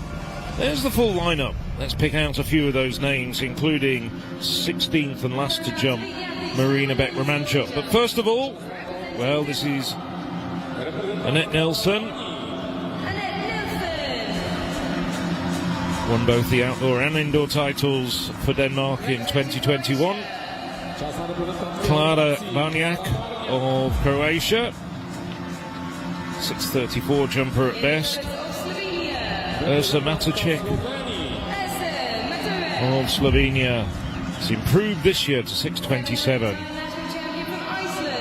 Irma Gonnersdeer, well, she was 10th in the triple jump yesterday. We've got a couple of triple jumpers in here. This is from Luxembourg, Soraya de Souza Maria. One of the less proficient jumpers. Grete Verlin, very good jumper. Hasn't jumped so far this year, but a 6:40 jumper at best. Anastasia Senchiv of Moldova. Three-time reigning outdoor champion for Moldova. Jokaile Petrakaite. Well, we've seen Petrakaite in many international competitions. A 6:76 jumper. Milica Gardasevic, 6:90 indoors this year. That's outstanding.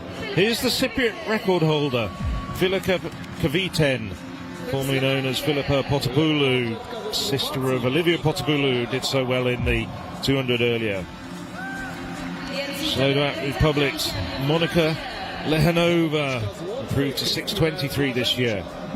Christine Blashevica, silver medalist in the under-18 heptathlon in 2018 on home soil in Yor. We just saw Diana Lesti there, and this is Plemena Midkova of Bulgaria. Alina Rotoru Kotman jumped 6:71 this year, so she's in fine form. 6:91 best. The Romanian, who's based a lot of the time in Germany. But here's Ukraine's Marina Beck-Romanchuk. Well, she's already won maximum points for Ukraine in the triple jump. World Championships silver medalist 4 years ago in the long jump. World Indoor Championships silver medalist in the triple jump as well. Last year, well, she's won many, many honours as in the long jump until last year when she started doing the triple jump seriously, generally thought of as a long jumper.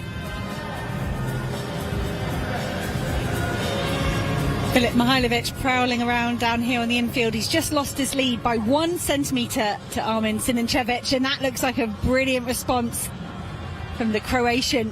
That's further over 20 metres. That will take the lead back for Mihailovic. Him and Sinancevic had that wonderful battle in Munich. The gold going to Mihailovic. Mihailovic off the podium in Istanbul at the European Indoor Championships. Would have been frustrating for him at 20 metres 44. 33. Jeez, numbers doubled up. Mihailovic back into the lead. Now these distances are progressing nicely. They're not as far as these athletes have done this season. Let's hope they keep pushing on and get close to that 21 metres. Pancic of Slovenia up next. He's currently in 6th place. So looking good in terms of making the cut into round 4 and round 5.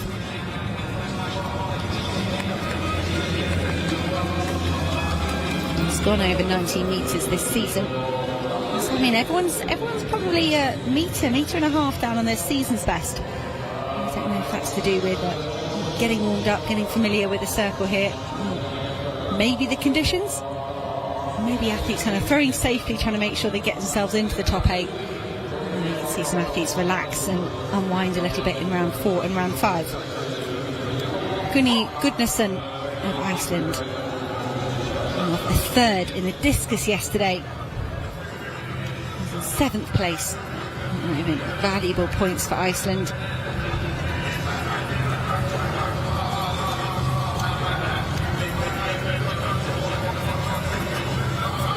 Slow and controlled rotation there, well below 18 metres for Gunni Gudnason. That might be the only Scandinavian word I know. I don't think that's a very polite one. But a foul there for Gunni Gudnason. It certainly rhymes with a word that I've seen in a Danish television show, and I won't commit to what it was. Bob Bertemes of Luxembourg next up in the circle, and he's down in 5th place. Andrei Toda of Romania is in 3rd, kind of up above the big 4. Same Mihailovic, Sinincevic, Kokoschko and Bertemes are the athletes you'd expect to be in the final 4. But Toda is in 3rd at the moment. Bob Bertemes still sitting pretty for a top 8 position and a few more throws. He walks out the front. I did double take when I was doing my research today, and I saw the name Bob Bertemes down for the 5k. I thought, we've had some team players down there stepping into events that aren't necessarily their forte. I thought we often see the reverse, a track athlete stepping into a field event, but Bob Bertemes in the 5k, he won't have time, he'll still be here throwing in the shot put. Jan de Heil of Estonia up next, 17.51. Was his best. The measuring stick's gone down way over 18 metres. At 8th place still with Adrian Baran, 18.02. I think Estonia's done enough there.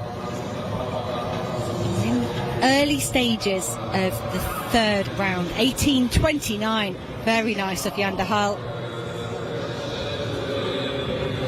Puts him in 8th place, maybe 7th. Good from Jan de Heil.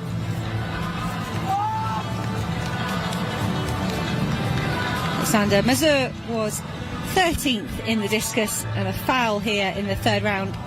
And the very best he'll finish is 15th. Kosta Dinov, the athlete from Bulgaria, who's in 16th at the moment, still to throw.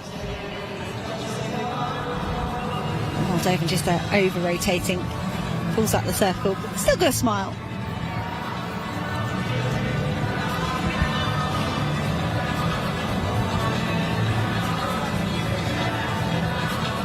Venevasius of Lithuania next in.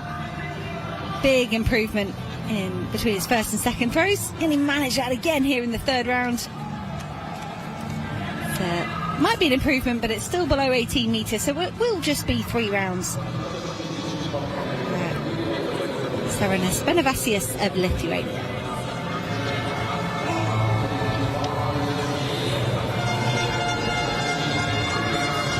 Season's best currently at 17.37. Right, a bit of trouble that. It's, I think over 17 metres, maybe not by that much. Amundsen and Cevic, yes, he was off balance there at the point of release, and that probably tells you it's not going to be a far distance. You've got to be totally aligned, firing on all cylinders. And Sinincevic voluntarily stepping out the front of the circle here. Let's have a look back. Stumbling totally off balance, his body weight maybe a bit too far back. Fine balance too far forward, you fall out the front of the circle. Too far back, you lose some of that power. It doesn't all transfer into the shot put to a distance. So Sinincevic stays in 2nd place.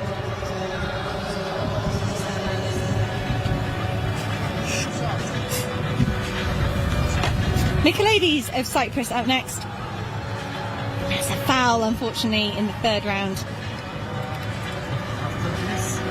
He's going to finish in 13th place at best.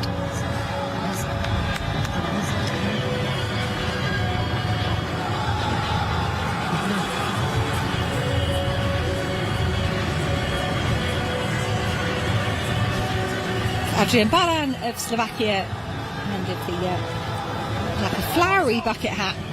He's not throwing in that, he's just using it in his preparations. So he was in 8th place, he was due to feature in round 4 and round 5. The younger heel of Estonia has pushed the Slovakian down into 9th place. He needs to find 7 centimetres in this 3rd throw. Oh, this is the end of his competition, and he gave it too much there, Baran. A foul and a face palm, and maybe a tear for Adrian Baran.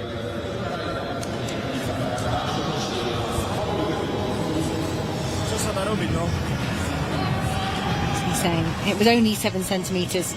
So close. Edgars Burkis of Latvia up next. 14th place at the moment. Latvia didn't accumulate any more points. Just saw a win from his teammate Musa in the Javelin, about 10 metres to his left. Ooh, that could be a nice improvement from Burkis. It won't be enough for another 3 throws, but it might give him a few more points.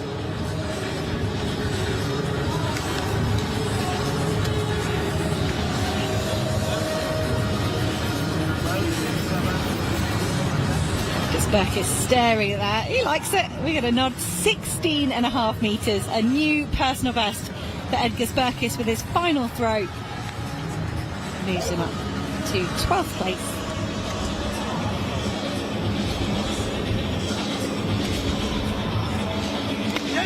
Back to Ballas Toth. 17.79. He's done 18.61 this season, through that in Budapest 2 weeks ago. Tough. You can find that form here. Be enough to give him another 2 throws. Let's see how he gets on. Big roar, big cheer, and that's... Oh, it is going to be close. He knows it's close. Gunnar Gudnason is in 8th place, 18 metres, 9 centimetres. It was over 18 metres. I don't think it's 9 centimetres over, though. It's very close, that tape. You can see, oh, 18.04. I think he thinks that's further enough, but it might not be. I wonder if Ballas Toth there was looking at an old list. Here's a new list, and it features the athletes that will take part in the women's 3,000 metres steeplechase, or przeszkodami, as they say in Polish, which translates literally as obstacles, as you might expect. And they're rather large obstacles as well, rather high hurdles. So, let's take a look at the lineup here. This is Sitnika of Latvia, Krzykova of Slovakia, Chachi Polidoru of Cyprus, Tomaszewicz of Serbia, as we have a look at Karinis Kaita of Lithuania. 24 seconds improvement this year, 9:26.88, really impressive time in Sacramento, California last month. Slovenia, Moldova.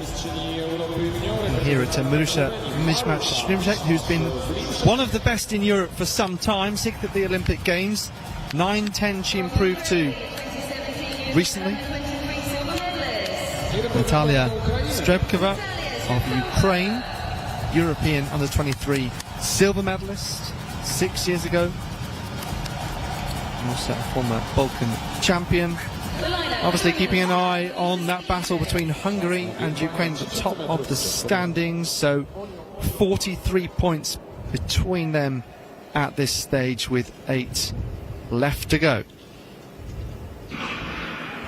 So this women's 3,000 metres steeplechase is now underway. A few others that we flashed through there that I haven't mentioned.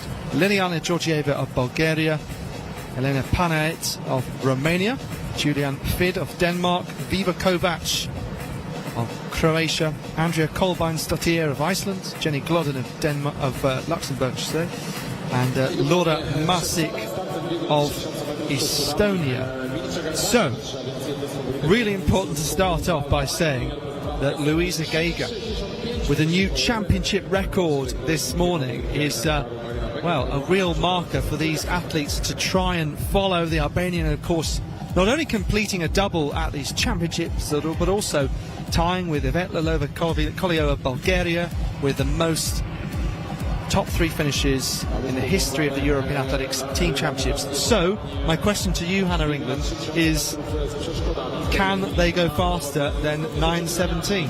Well, Karina Skaitytė of Lithuania employed exactly the same tactics here in the NCAA final a couple of weeks ago. She tried to run away from the whole field. She didn't quite manage it. Very good at hurdling, the Lithuanian. And actually very good at the water jump as well. They're about to take the barrier over the water for the first time. But Karina Skaitytė, 9:30 at the NCAA Championship. She faded ever so slightly. So I think she's going to have a go, Karina Skaitytė, and perhaps thinking if she's got Marisa Mishmash-Zimczak in the field, if she could get this first kilometre going, maybe Mishmash-Zimczak could take over and Karina Skaitytė could be rewarded with a fast time. But she did not relinquish the lead lightly in that NCAA final. She did absolutely everything she could do to hold on to it for as long as possible. Let's see if she employs similar tactics here today at the European Team Championships. Yeah, and what's also interesting is that some of these athletes' fastest times were achieved in races with even faster athletes in them. More on that in a moment. So back to the long jump, it's Milica Gardasevic. And that's a nice jump from the Serbian. And of course, for so long, the Serbian number 1, Ivana Boleta, former world indoor champion, but Gardasevic with that 690 indoors, and she's been jumping well outdoors as well since the summer season commenced. Looking to take her crown on the national level. Gardasevic, 6:65 to start proceedings. Very nicely for the Serbian. So goes into an early lead in this stage of the competition. And leading the way, Lithuania at the moment, ahead of Slovenia and Hungary. So yes, it is Karina Skaitytė. I was just saying that some of the fastest times were achieved with athletes who are even faster. So a good example of that, Marisa Mishmash-Zimczak. She was 4th at the recent Florence Diamond League in a new personal best of 9:10, which was interesting because she is an athlete who's been one of the best European performers over the years, but doesn't necessarily perform at her best in every race. The European Under-20 medalist from 2013. So yes, she emerged some decade ago and occasionally produces brilliant form and sometimes not. Mishmash-Zimczak, for me, she's had a number of injuries and very, very good in 2021, and it took her a long time to get back up into her training after that Olympic season. I think that did cost her a bit last season, and it's good to see her back on that trajectory. And 9:10, I think just a whisker behind Alice Finot, the European lead from France, was impressive off Mishmash-Zimczak. But that 9:17 this morning from Geza Krause, that would have sent ripples through the steeplechase female community, particularly the women here in Silesia, and they'll know it's a very fast time from Luisa Geiger. Now, she was, I think, 4:25 or so through the finish line at this point this morning. The 4 laps to go is often a good indication to see what sort of pace the athletes are on for.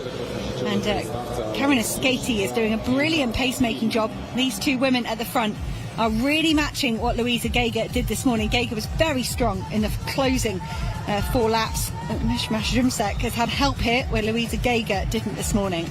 Yeah, so they're 3 seconds off what was achieved this morning. It was 3:05.91 from Karina Skaitytė. Looking as though Adelina Paniat, the good Bulgarian, a 9:41 performer, stepping to the side. It looks like she might have just had a slight calf strain, perhaps. Collapsed. Well, that's probably a bit too dramatic, but just sat down at the side of the track and was getting some medical attention. So no Romania in this particular event. Dents there, just very, very slight remaining promotion hopes, but Slovenia really occupying a very strong 3rd place at the moment and a very strong 2nd place in this particular women's 3,000 metre steeplechase. So Greta Karina Skaitytė, the Lithuanian, still out front. There have been, as we so often see, some big improvements this year, particularly for some of the athletes further back who have emerged really, and perhaps concentrating a little bit more on the steeplechase and doing more of those races and training more at this particular event. But improvements of up to a minute, as I said, 24 seconds for Karina Skaite, with Mishmash Rimsek very much tracking her.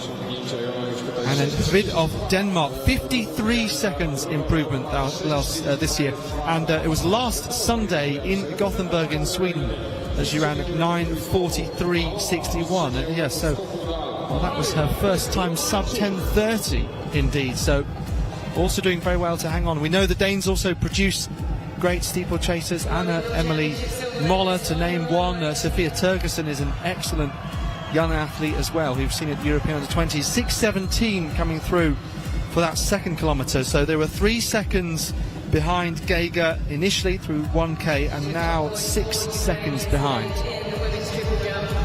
Well, Julian Havid in third place, starting to lose contact with the two leaders, but still, as you were saying, having just set a good personal best about a week ago, still on course for another personal best within the space of 7 days. Havid running well in third place at the moment, but it's still very much at the front. Karina Skaite and Mishmash Rimsek battling for maximum honours here, with just 2 laps to go in the women's 3,000 metre steeplechase. So Lithuania and Slovenia at the front.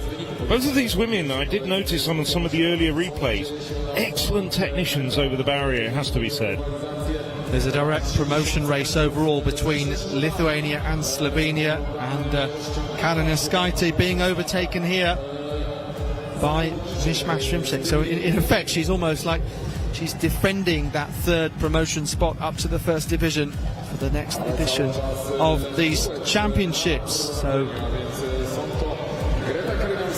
does Karina Skaite have anything left to respond with as we enter the closing stages of this race? We might get a sense through the water jump maybe who is beginning to tire a little bit more, and whether Karina Skaite can just manage this gap and try and keep contact, as the Hungarian athlete appears to have fallen here. Yes, that's Zita Urban. Yes. So we've lost 2 women in this race. There's Mishmash Rimsek starts to pull away and put distance, probably about 10 metres now between her and Karina Skaite as we hear the bell. Yes, so 8:12 at the bell for Marusa Mishmash Rimsek. So 8 seconds off Louise Geiger, but still on for a great time, and not too far away from the old championship record as well. He's perhaps looking up, I think, there at the big screen just to check on that gap, and she'll have a bit more confidence to see that it has grown in the last 400 metres. Still Havid of Denmark in very solid third place, as we've quite often seen the athletes who've been going with early quick pace have then had to run the whole race on their own. It's been the case for Vid, but like Mishmash Rimsek, she's catching these lap runners and closer to the finish, as is the Slovenian. So when you consider that she came in with a 9:10 best, very much living up to that form on paper, as Marusa Mishmash Rimsek comes through to take maximum points in the green of Slovenia. Karina Skaite, who led them out for so long, in a very, very solid second place. And then Havid in third for Denmark. And I think Havid does take something like 6 seconds off a personal best. Yeah, you can see the delight on the Danish steeplechaser's face.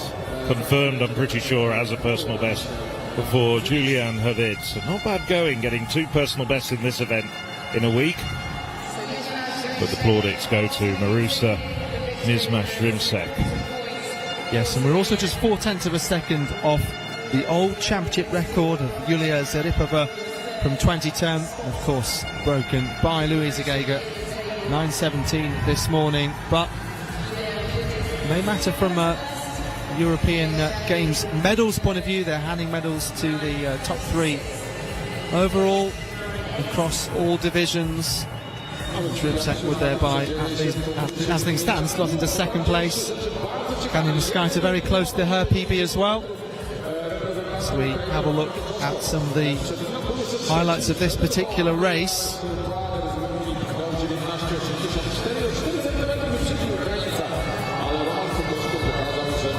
Strebkova coming in fourth, and then Stavila rounding out the top five for Moldova. That's a lovely race here from these women, and for me, Karina Skate employing those similar tactics from the NCAA final a couple of weeks ago, but holding on better there for me.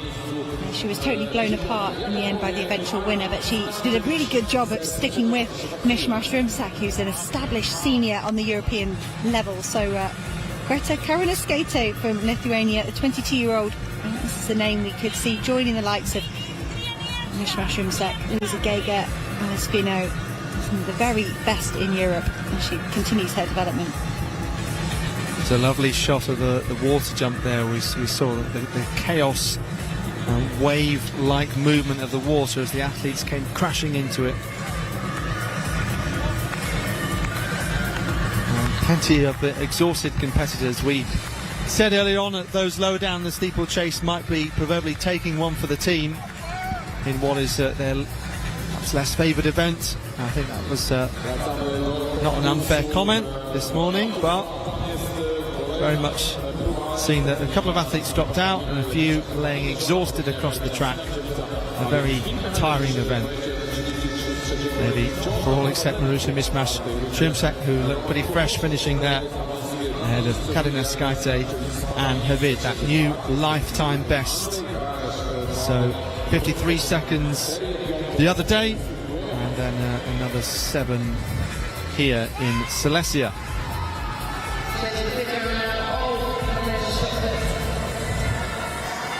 As we have a look at the standings now, 43 points between Hungary and Ukraine. Slovenia 1 in front of Lithuania, but still potential for that to be overturned.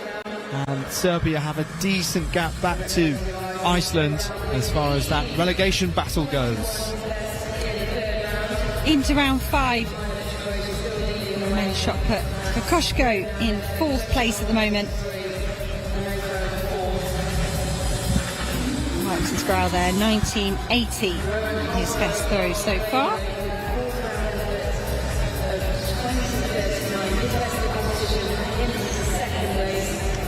think actually that graphic was incorrect.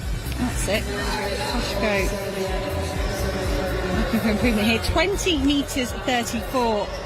That is a huge throw from Roman Kokoschko. Expect from the European indoor bronze medalist. So it's now Berlin in the long jump, a rather modest 5.94 for the Estonian. She's a 6.40 jumper at best. Well, we've just seen Milica Gardasevic take the lead just a short while ago with 6.65. No, that's still not beyond the 6 metre mark for the Estonian. As we were saying, Estonia now starting to put a bit of distance between themselves and the relegation zone at the moment. It's looking very much like it's going to be Moldova, Luxembourg and Iceland that go down to the 3rd division in 2025. Well, a lot of that improvement came in that rerun of the 4x1, and Berlin was in that. You can see her clutching her hamstring. She's got to be pretty fatigued if she warmed up for a 4x1, and now she's over here getting more points for Estonia in the long jump. Yes, it looks as though she's still going to continue. We're switching quickly between the long jump and the shot. So we are in round 5 of the men's shot put. Top 4 get to have another 2 throws. Bob Bertemis, just the one valid effort. 1942. That puts him in 5th place at the moment. He could need to beat 1984 of Ondřej Toda if he wants 2 more throws. And that's a foul. As the camera zoomed away, he must have just fell over the toe board. Bob Bertemis. One of his very, very best here at the European Team Championships. He has exceeded this mark this season all the way out to 21-21 at the European Throwing Cup. Not today. You see he's just carried on spinning there in a circle. Stepped backwards So this man, Andrei Toda of Romania, has outperformed his ranking. Big man in front of him, Bob Bertemis. Previously, on the rankings, you would have said Bob Bertemis should have been ahead of him. He's still behind Mihailovic, Sinanchevich and Kokoschko. And it's a foul for Toda, but he gets one more throw. Because he stays in 4th place. We're in descending order now in the top 8. So he's safe. 1884. His best throw of this competition. He has gone over 20 metres. So, these athletes, it would be lovely to see this final 4 come together. 2 throws left for Sinanchevich, Kokoschko and Mihailovic. But they've all gone much, much further this season. Kokoschko, the roar there. That's gone out over 20 metres again. Just saying it's close. Close. I'm not sure where Armin Sinanchevich has got to. Would have expected to see him throw between Toda and Kokoschko.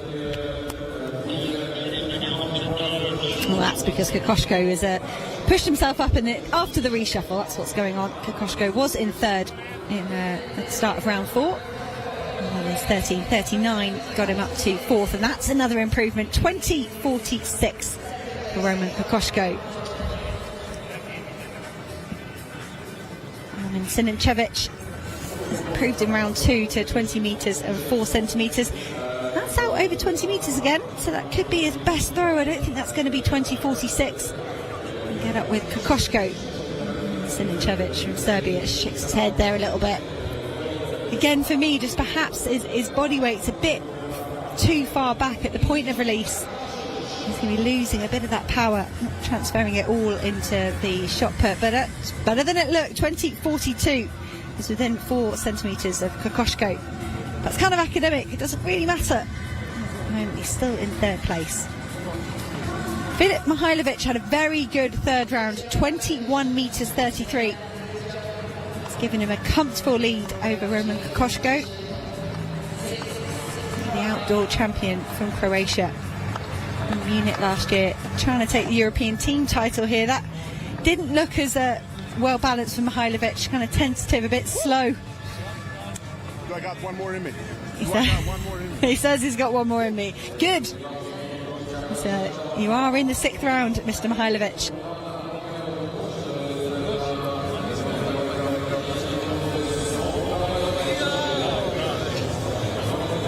It did get measured, 21.26. Mihailovic, that's another good throw.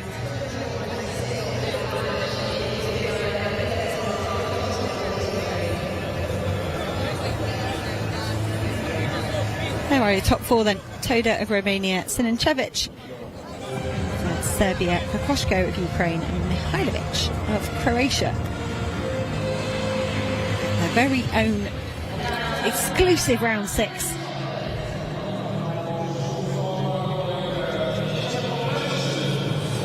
Starting with this guy, Andrei Toda, won the European Throwing Cup back in 2021. Set the national record at 21 metres 7 centimetres in 2022. It's very, very solid here in Silesia. It's best coming in the 4th round, 19 metres 84 centimetres. It's Andrei Toda. Got one more big throw in him. That looked okay, that looked good. Just the wrong side of 20 metres. It might improve his best, 1984, but it's not going to trouble Armin Sinanchevich. And 3rd place.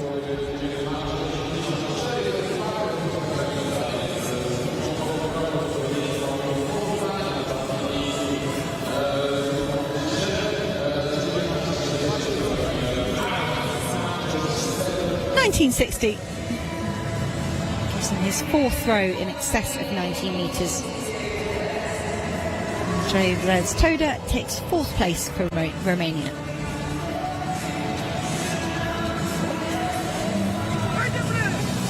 Armin Sinanchevich giving himself a yell, a bit of a talking to. Held a very early lead at the start of this competition. It's 20.42 there in the 5th round. Good improvement.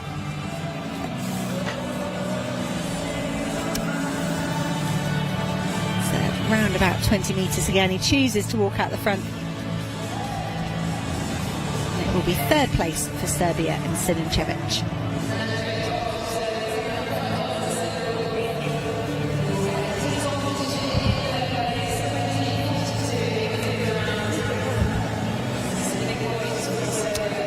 Roman Kokoschko, I'm sure he was nervous, wondering whether Sinincevic would add 4 or 5 centimetres to his mark and push him down, but Kokoschko definitely in second place. Second inspired bronze in Istanbul. Second place here at the moment at the European Team Championships, and that has it was a foul because it was outside of the sector, not because it took out the equipment. Been round about, we could say it was pretty much bang on 20 metres. That's the bollard that got sent flying out of the sector. A throw too far to the right here from Kokoschko.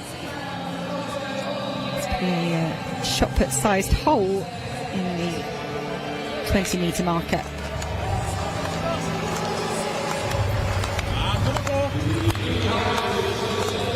It's similar to Homir Ivanov in the men's high jump, perhaps an equipment bill in the way of a national federation. Filip Mihailovic has got the win. It's got 21.33. It's a very good showing here. I've not seen huge throws from these men. They've not been up with their season's best, but Filip Mihailovic nonetheless beating a very high quality field. And he thinks he's got another 21 metre throw. That's what he's saying. It'll be his third at the competition. 21.5 metres this outdoor season.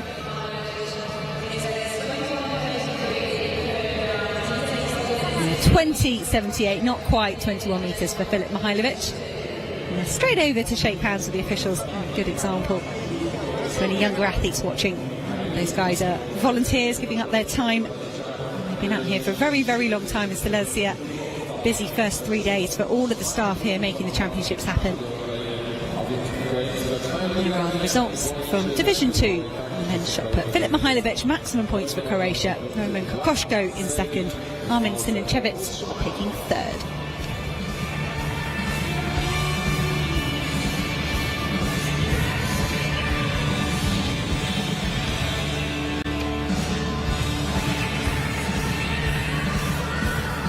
So after 30 events and with 7 still to go, it's Hungary leading the way.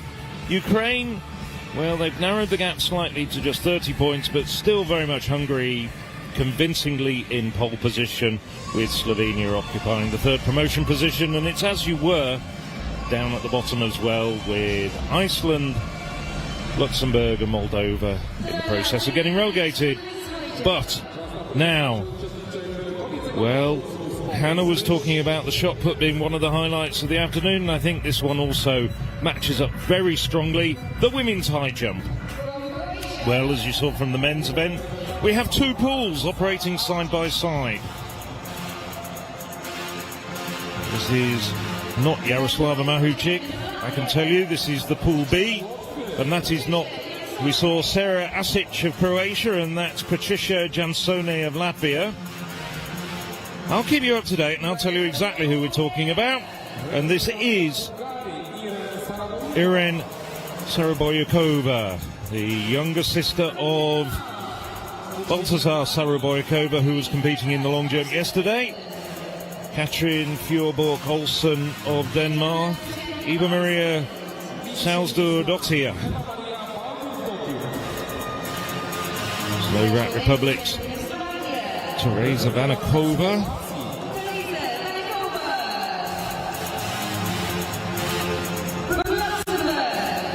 Luxembourg, Mia Borscheid.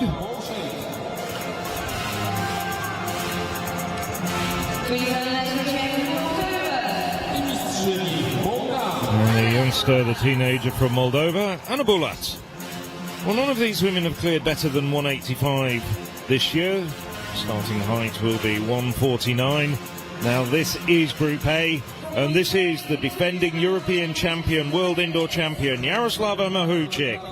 Season's best of 2:02 coming indoors, but she's cleared a world-leading 2:01 at the Diamond League in Rabat last month. This is the world under-18 record holder with that 197 from Paris just over a week ago, Angelina Topic. Well, 18 years older, Daniela Stancio, the Romanian, has cleared a lifetime best of 196 recently. Former European under-20 medalist, Leah Apostolovsky. There's another woman who's also won medals at the European under-20 ranks and also got very close to the medals on the world stage at under-20 level. Elizabeth Fiala of Estonia. Elena Kulichenko of Cyprus. Another rising talent, just 20 years of age and has cleared 192 this year. Former European indoor champion from Lithuania, Aidin Palsite. Two women who's jumped more than 2 meters in this field, including Mahuchik, and Hungary's Fedra Feketa, who's improved to 187 this year. So we'll have two fields operating side by side, as you saw in the men's event. Men's javelin will also be getting underway very shortly. Absolutely will. We saw Lina Musa of Latvia take maximum points for them in the women's competition a little earlier on. A good battle with her and Gedli Tsugi of Estonia. As we look at Arno Markovic, who'll represent Croatia here. Yes, his teammate Sara Kolak was third overall. This is Dujava of Slovenia. Piotr Daddy Jonsson of Iceland. 79.57 at best. Max Wagner of Luxembourg.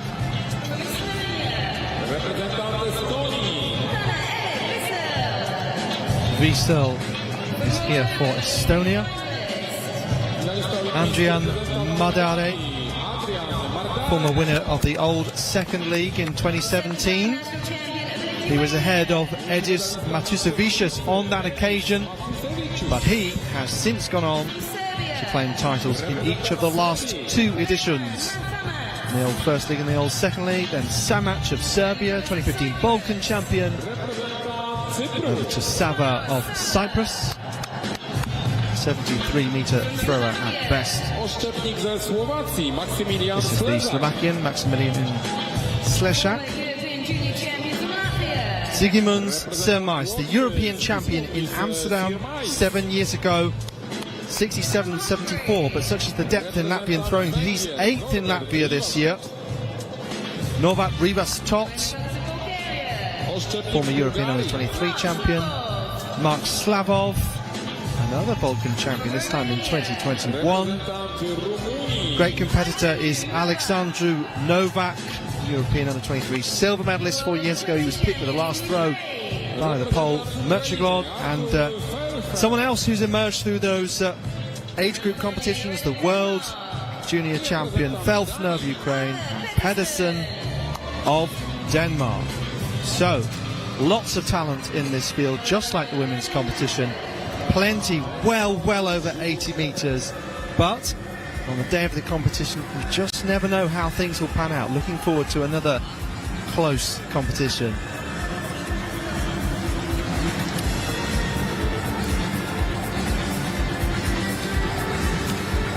So women's high jump getting started, men's javelin too. The next track action will be the men's 5,000 metres, women's 1,500 still to come, and then it comes down to the mixed 4x4 relay. And in amongst all of that, of course, with those two other field events about to get underway, the women's long jump has been going on for quite a while.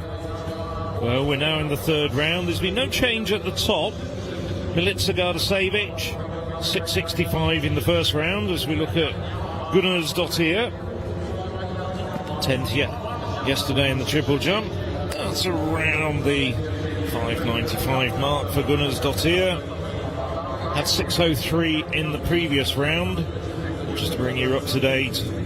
Well, Gardasevic still leading the way. Elina Rotaru Kotman jumped 6.52 in the second round, and that's moved her up into second place. And Plamina Mitkova of Bulgaria, 6:42 in the first round. That's the 1-2-3 as it stands at the moment. Just making our way slowly through the third round. We've just had a few jumpers so far. In case you're wondering about Marina Beck-Romanchuk, who of course won the triple jump yesterday, so far 2 fouls. So we'll see Beck-Romanchuk come up as the very last jumper. This is Luxembourg's Soraya de Souza Moreira. That might be an improvement for her. She had 5:43 followed by a foul. Luxembourg athlete, best of 5:90. Looks around the 5:60 mark maybe. Oh, it will be given as a red flag.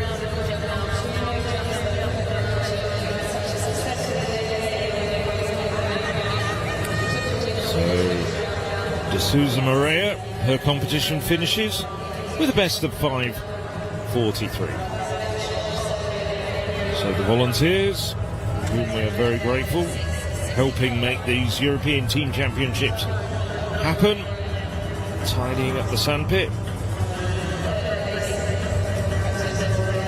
Greta Verlin, 5:94 in the first round. There's Hannah observed having a few problems. She's the hamstring. Took off a long way back, and that's not going to be an improvement for the Estonian.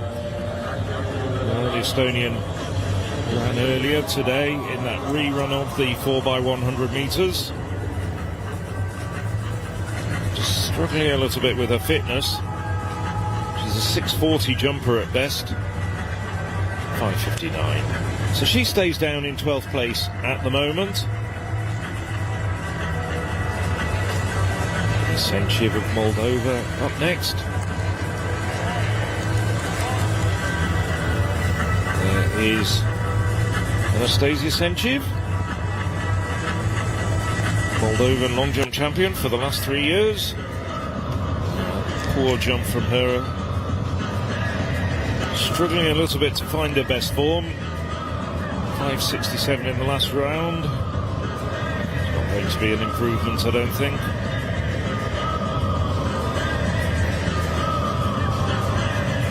Better as a triple jumper. She's a 13:33 triple jumper. So no improvement for Senchiv. 5:67 her best in this competition. So Moldova still unfortunately firmly rooted to the relegation positions.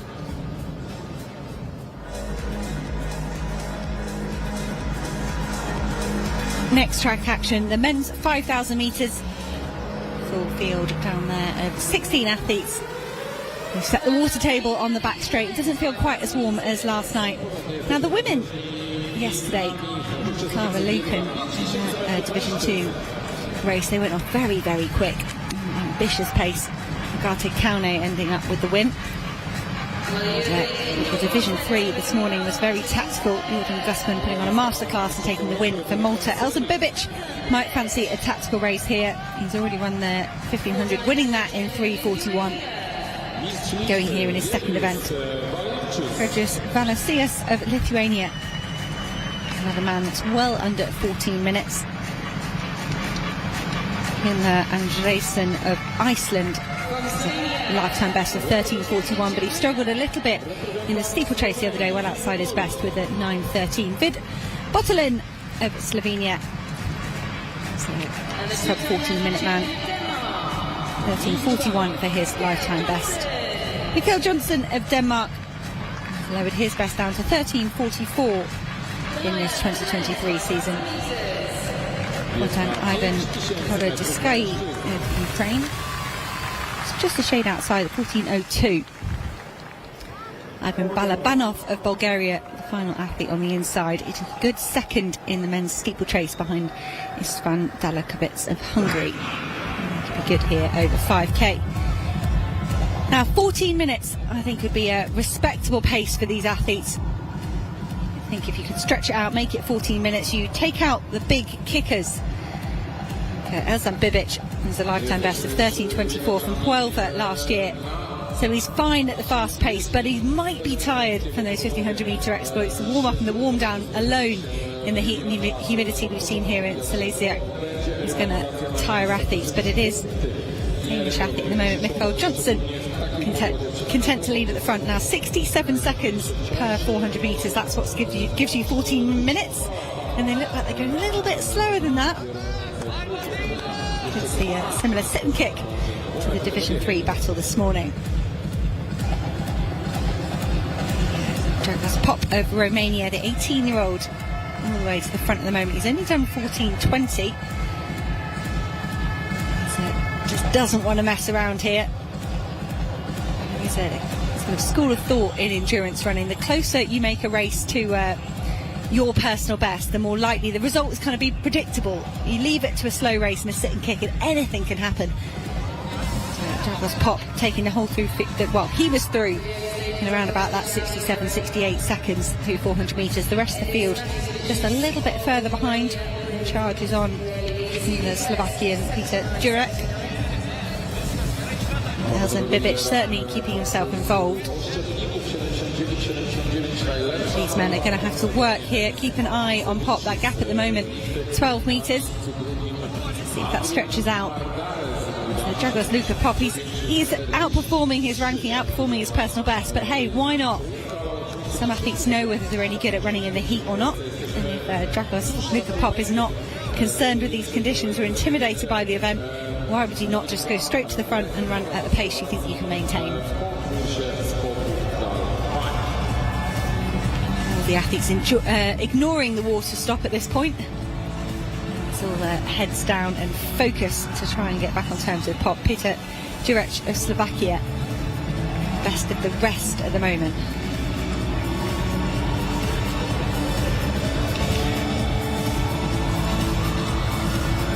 Pop's going to be coming up on his first kilometre split here, and that'll give us an indication of the kind of pace he's moving at.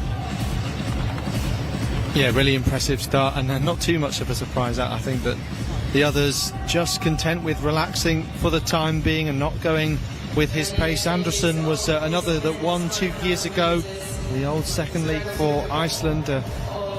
Good gap between him and the rest. He front ran throughout. So Milica Gardasevic, the event leader, 6.65. This is her third jump. That was really tight on the board. Did she get a white flag? If she did, it looks like a very good jump indeed. We're just waiting to see. Yes, she did.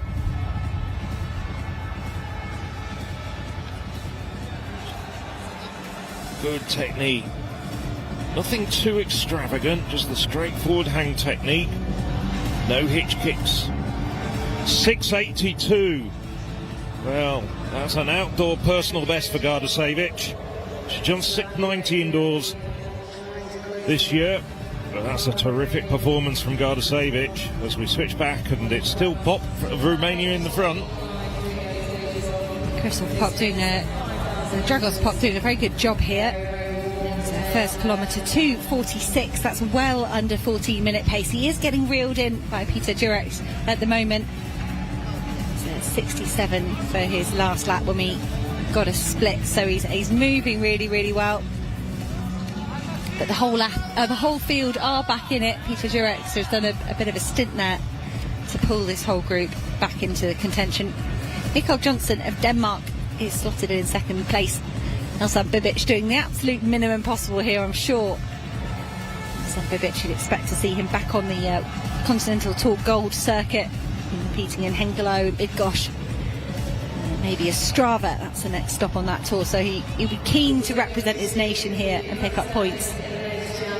But he'd also want to conserve energy, and no fireworks here at the European Team Championships for Elzhan Bibic. The athletes now just content to queue up behind Dragos Pop.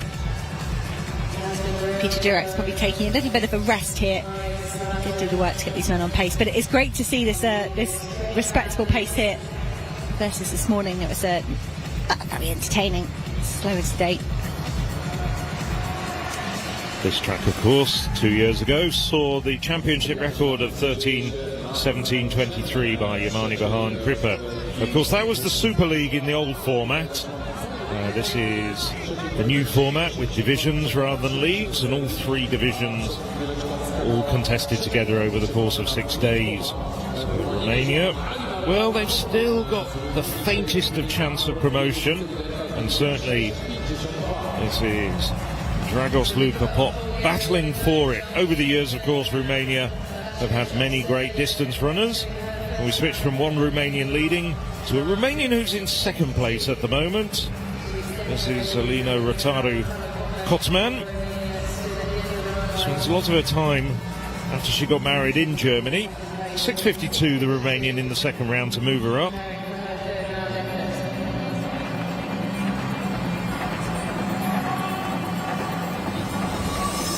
So she's the penultimate jumper in the 3rd round. And then we're going to see Marina Beck-Romanchuk, who's got 2 fouls at the moment. But we all know from experience that Beck-Romanchuk can dig deep and pull out big jumps even under the tensest of situation. Well, Rotaru just taking her time, just composing herself, because the men are just about to go past her on the inside in the 5,000 metres, but now she's getting ready and she's going down the run-up. I don't know, once again, I think that's very tight on the board. Let's just see what sort of colour flag she gets. Determined. She jumped 670 already this year. She's in good form. Rotaru-Kotman. Championship credentials, including World Under-18 silver medal. Back in 2013, I remember watching her compete in Donetsk a decade ago.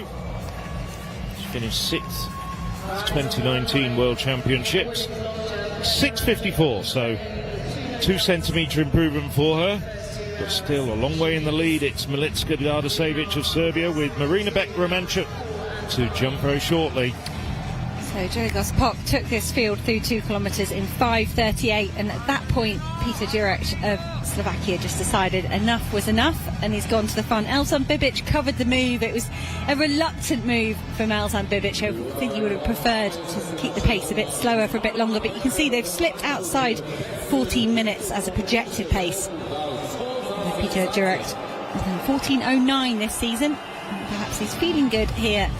He fancies his chances of getting close to 14 minutes. We're going to get the 3K split, and just to head over through the home straight here. To see how they're getting on. So it's a 2:46, 2, and then 5:38 through 2 kilometres. Just slipping out to 8:27, 8:28 or so. A 2:49 kilometre from Peter Jurek here. 3rd attempt, and this is a real clutch attempt for Marina Beck-Romanchuk, the triple jump winner. Oh, I think that's another foul. Oh, huge disappointment for Beck-Romanchuk. Took maximum points in the triple jump. Yes, confirmed as a red flag. No points in this event, though, for Ukraine and Marina Beck-Romanchuk. Just remember, she was a silver medalist at the World Championships in 2019. So that's a real shock, a big surprise. But the men's 5,000 metres still goes on, as the women's long jump will be reordered as we go into the 4th round. At the front, it's Duros of Slovakia. Durek, I should say, of Slovakia, Peter Durek, still leading the way. Elvin Bibac has moved up, just slotted himself behind the Slovakian, and he's looking ominously, and at this pace you'd have to put your money on Bibic. Just a bit of a gap between the first 8, I think it is, and then a few of the other men chasing, but they're going around this Slaski Stadium in single file. So Elzhan Bibic already won the 1,500 metres, right? So if he wins this, he would have 5 European Athletics Team Championships victories, and he'd be only the 5th male track athlete to do that, along with Milan Trajkovic, who won the sprint hurdles for Cyprus, Mitko Tsenov of Bulgaria, Jisumi Sadia-Nduri, the former sprinter from Norway, and Harley Ibramov of Azerbaijan. But Louisa Geiger just makes them all look like part-timers, doesn't she? 11th title this morning, but Elzhan Bibic will certainly want those maximum points. 32 points he could pick up for Serbia across this Division 2 Championships. Marina Beck-Romanchuk, of course, won't be doing that. Surprised there to see her get 3 fouls in the opening stages of the women's long jump.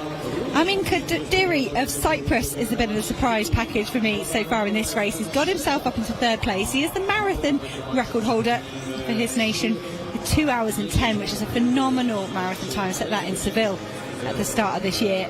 The man there in 3rd place behind Bibic and Durek. And he'll be pleased to have seen this pace lift. I think that'll be a brilliant result for the Cypriot if he can keep in the top 3. The athletes now heading for the 4 kilometre mark, and 2:49 was their 3rd kilometre, and I think they're getting slower as the fatigue and the heat starts to affect these athletes. 2:50 for their 4th kilometre. So Durek might not be lifting the pace, but by maintaining this front running technique, he's whittling the field down. It is just 4 athletes now. Balabanov of Bulgaria doing really well to get into 3rd place after that tough run in the men's steeplechase. He finished a very, very good 2nd, 8:47. The Bulgarian having another good event here in the men's 5,000 metre. But look at him, he's gasping, licking his lips. We're going to see 2 laps to go this time round. The end is in sight. When you've got a 1,500 metre man like Elzhan Bibic, he's going for youth. You're telling me I've only got 2 laps. I can believe that. I can get on terms with that. Yeah, absolutely brilliant. But sometimes he likes to be in the front, but now he's content to sit behind. We've seen all manner of distance races playing out with different tails. And this is just one of the most exciting parts. I know sometimes people think, well, the 5,000 metres, it takes too long for me to watch. But yes, but just wait and be patient and watch the athletes show you how the story is going to play out, because there's nothing else that will tell us apart from looking at statistics on paper, on form. But ultimately it's all down to what these men have left and how they might time it rightly or wrongly in these final stages. Well, Kadiri in 3rd, the Cypriots, I mean, of course, not a household name, of course, because really he hasn't had the credentials, hasn't really made a breakthrough at major championships. But I was reminded, I do remember commentating on the 1,500 metre heats back in Berlin in 2018, and he's a 3:40 1,500 metre man. Let's see if he can use his speed here. 12:58 through the bell for Elzhan Bibic. He's gone. He kicked at the bell. Is he trying to run a big final lap? We saw a sub-60 for Jordan Gusman of Malta to win Division 3 this morning. But Amin Kadiri, the marathon man, 2:10 to his name, but he has got leg speed. Can Kadiri live with Elzhan Bibic? You'd think surely not. Durek has slipped back into 3rd place. The steeplechase specialist Balabanov of Bulgaria moving into 2nd, but Elzhan Bibic, he used 1 gear as he came through the bell, and surely he's got so much of a ceiling here with his speed. 3:35 the Serbian's done this season. He already won the 1,500 metres here in Division 2 at the European Team Championships, and Bibic is going to make it 32 out of 32 available points for him here in Poland, all the way to the line. That's a massive closing lap. It's a decent 2:35 last kilometre. I think that's something like a 55 or a 56 closing circuit for Elzhan Bibic. And he didn't get anywhere near the front before that. Good run there from Cyprus. Kadiri to get 2nd. He's been rewarded with a personal best. Balabanov, the steeplechase specialist, the season best. And Durek, that's brilliant to see, because he put a lot of that effort in the middle stages. He's got his first sub-14 clocking. I think we're seeing Vid Botolin of Slovenia really struggling here in the heat. Let's hope Slovenian can make the finish. He's halfway down the home straight right now. And that was incredible, lovely to see Bosniak of Croatia helping the Slovenian here over the line. When your legs go in this heat, I think that's severe dehydration for Vid Botolin. He's a good athlete. He's gone underneath 14 minutes this season, but right now here in Silesia, he is really, really struggling. This is the sort of instances you see at the end of the marathon, and this is when athletes say, I don't actually really remember that last lap. But hopefully Botolin will have time to look back at this footage and he can say a big thank you to Bosniak of Croatia here, sacrificing a few points and a time for himself to ensure that everybody finishes this 5,000 metres. It's incredible sportsmanship, and by the way, the medics responded very quickly to a number of falls and DNFs and athletes looking in pain, in a distressed state in this competition, so a big shout out to them. But yes, we could have predicted that finish from Elzhan Bibic, 3 1,500 metre victories in the history of this competition, and he's only 24 years of age, by the way. One 3,000 victory, and then this one in the 5,000 metres. But Pop there, he was our early leader for Romania. Looked strong at one point. They're all very content, just sitting behind. There is Bibic at this point, so he's in 5th in these early stages in the opening couple of kilometres. Slovakian takes to the front, and Popman was saying, well, come on, you go there, someone else do the hard work, or maybe he just wants a bit of space, because he certainly was enjoying it out front on his own. But Bibic was the one to time it right. He was the one to be patient and having confidence in himself, knowing the sort of finish, the sort of speed that he could muster in the closing stages to now become, as I mentioned, it might happen, only the 5th male track athlete to take 5 victories in the history of this competition. A tactical masterpiece from Elzhan Bibic. I think you could tell he was, when you look back at that footage, you can tell he's chomping at the bit, running within himself. A 13:24 man at his best. He really is a 1,500 metre specialist, though. When I say that, it was a brilliant bronze in Istanbul, over 3,000 indoors. He's here again, showing up for Serbia. Elzhan Bibic will continue his 1,500 metre campaign, still hunting that qualify mark for the World Outdoor Championships.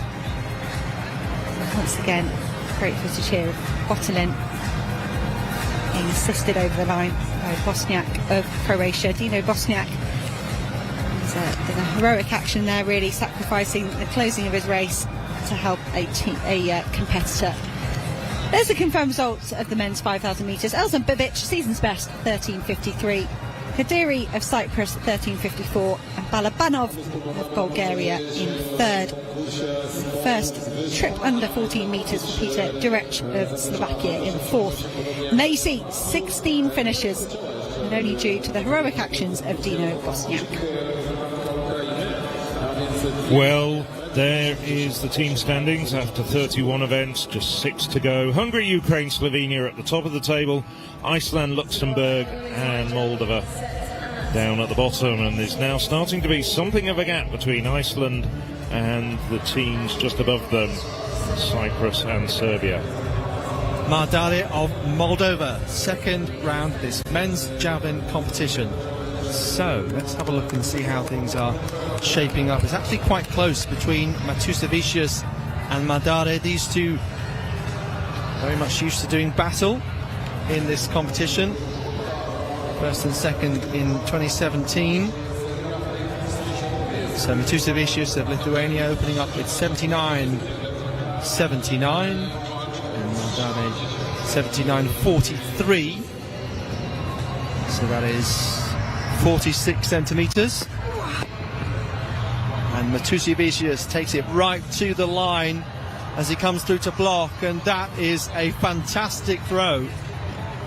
And don't forget, this is a man who hasn't been at his best this year. Only 71.42 metres. A breakthrough season a couple of years ago.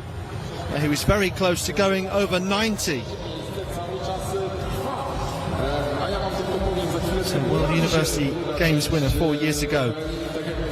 84.22 for Edis Matusevicius of Lithuania. And can anyone match that?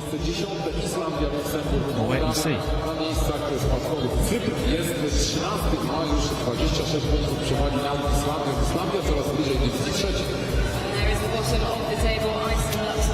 Well, Milica Gardasevic comfortably in the lead at the moment in that 6.82. 4th round. She's the last woman to jump in the 4th round. Been a couple of small changes behind her. Well, we have in the long jump, Diana Lesty jumped 6:48, having just scraped into the top 8 in 7th place. Moved up earlier in this round with 6:48 into 3rd. It's a foul for Milica Gardasevic. She's very comfortably in the lead at the moment. Roturu Kotnan improved to 6:59. Gardasevic leads by 23 centimetres, which is a very big margin indeed in a long jump. So, start of the 5th round. Lechenova of Slovak Republic. No, that's a foul. 6:10 for the Slovak jumper.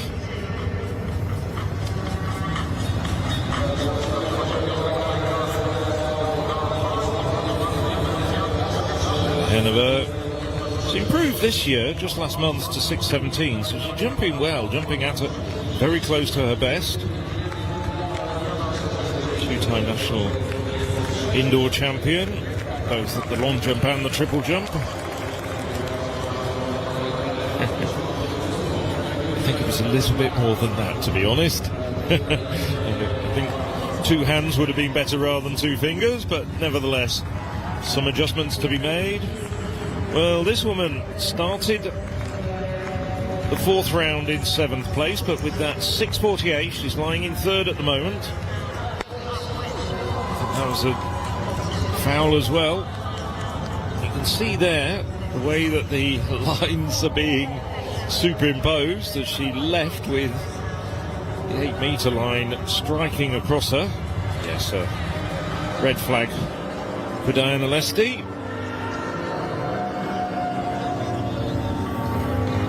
Lesty, well, just 2 weeks ago, improved to 675 on home soil in Budapest.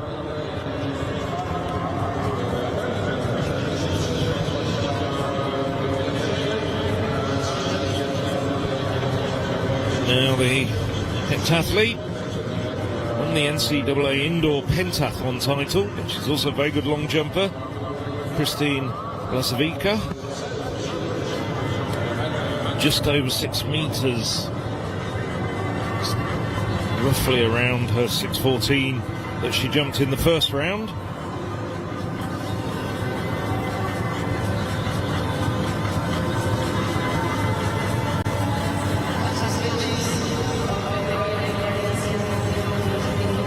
Just 5 centimetres to spare on the board.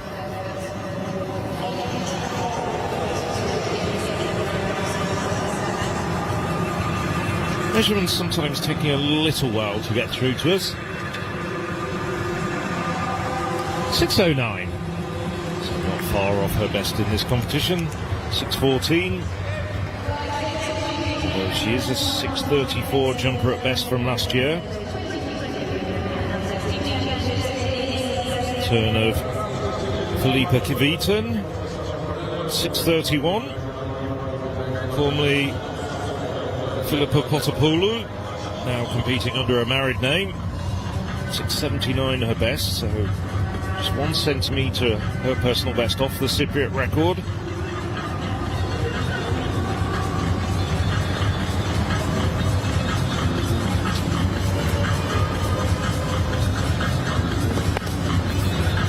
That's a good solid jump. I think that's an improvement on a 6:31.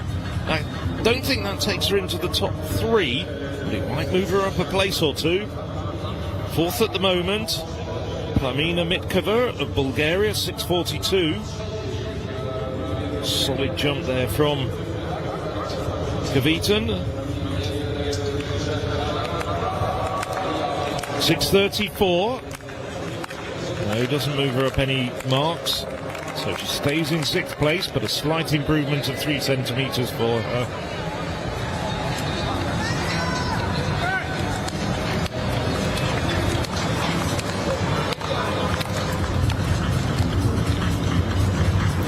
Grečkaite of Lithuania. Lithuanian champion. Lithuania, of course, historically many good long jumpers.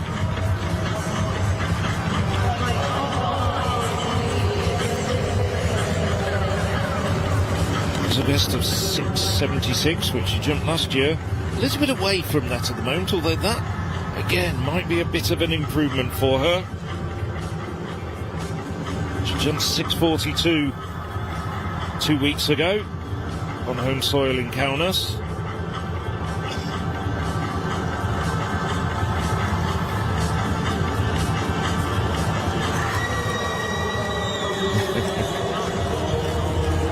Knows that there was a bit more to spare on the board. 6.60. That moves her up a place into 5th. I think that in fact moves her up to 3rd as we look at Jaroslava Mahuchik coming in. Her opening height 191. Very comfortably clear for the world indoor champion and European outdoor champion. One of the stars of our sport, of any division.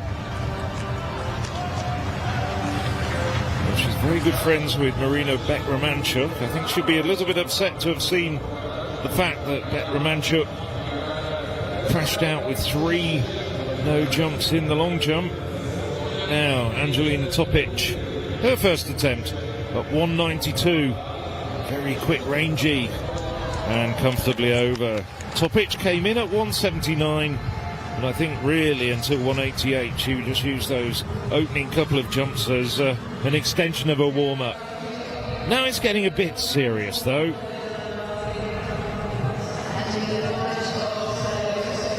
Phil, do you think that's a difference in sort of age and experience and Topic? It puts pressure on you at coming into a competition late, so coming in a bit earlier there versus Mahuchik waiting all the way until those upper heights. Very good points, but I've seen Angelina Topic come into competitions quite early a lot as well. I think she likes to come in and just get grooved in, whereas Mahuchik on 1 or 2 occasions, doesn't happen too often, has had a few problems because she at her opening height when she's come in at 191, 2 and so forth. Now, Alina Rotaru Kotman, she's just seen herself pushed down into 3rd place. 6.59, I don't think that's going to be an improvement. She's seen Petra Kaite jump a season's best of 6.60, the Lithuanian.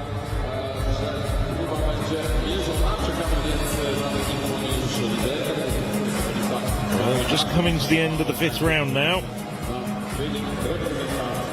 I don't think that's going to be an improvement. And the little, I say that, 6.62, but she was grimacing.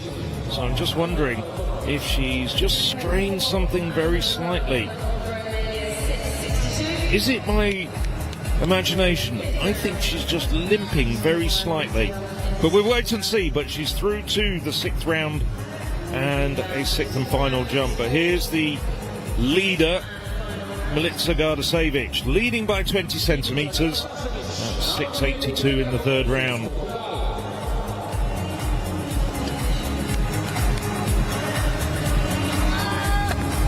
Quick, good acceleration. Well, that would be an even better jump, but I think it's a red flag. Yes. It was around the 690 mark, and there wasn't much in it. So no jump in the 5th round for Gardasevic. You can see, I think probably about 3 centimetres, maybe even less. Just about enough for me to pick up with the naked eye. I think intrinsically that might well have been the best jump of the competition, but it was just into the plasticine. Amazing to see what will be the best throw of this men's javelin, with Matusevicius for the moment claiming that with 84 metres 22, putting him 5 metres ahead of his competitors. Mardare now trying to respond, 79.43 with his opening go. This competition is certainly not done yet. Mardare, who is 14th in Europe this year, coming in 81.67, 7th at the Olympic Games in Tokyo. was a rather extraordinary competition, with the actual surface of the track playing havoc with some of the faster throwers coming in because of the speed of the surface.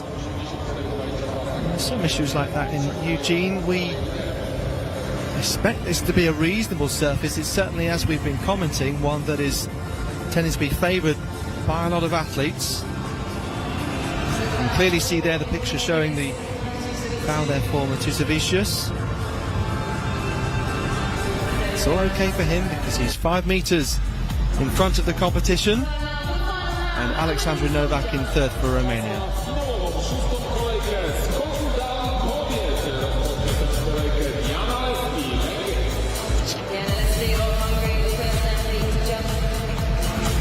So now Diana Lesti, well, seen herself just go forward, up to second place briefly, third place, and now she's back in fourth though. 6:48 for the very good Hungarian. So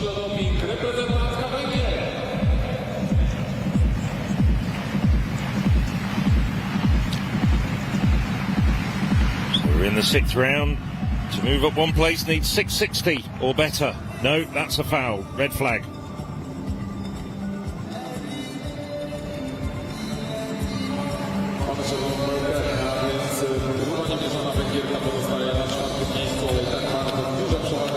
Nevertheless, good points from Hungary. And with Marina Beck-Romanchuk failing to get a mark and no points for the Ukrainian, that will extend Hungary's lead at the top of Division 2.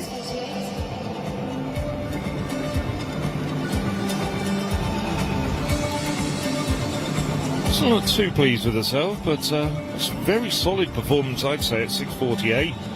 Maybe hoping for a little bit more. Here's a woman who's done well. 6:60 in the last round to jump up, literally and metaphorically, into third place. Jogaili Petrakaiti. And another very solid jump indeed. Perhaps not quite as far as her last round effort of 6:60, as you can see with those superimposed lines. Lithuanian having a very good competition.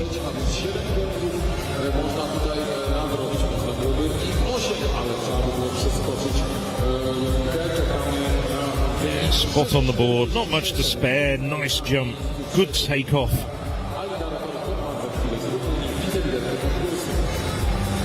So 6:46, she bags 14 points for Lithuania.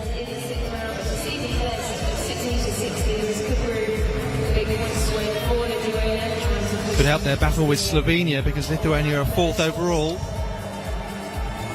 And Romania, well, they put a pretty good show in this second division. Of course, for a long time, Romania, during the European Cup era of the 70s and 80s, occupied the top flight of the European nations competition. Now Romania, not quite there at the moment, but looking perhaps in the next few years to return. Alina Rotaro-Kopnan. Good jump, but I think that might also have been a foul.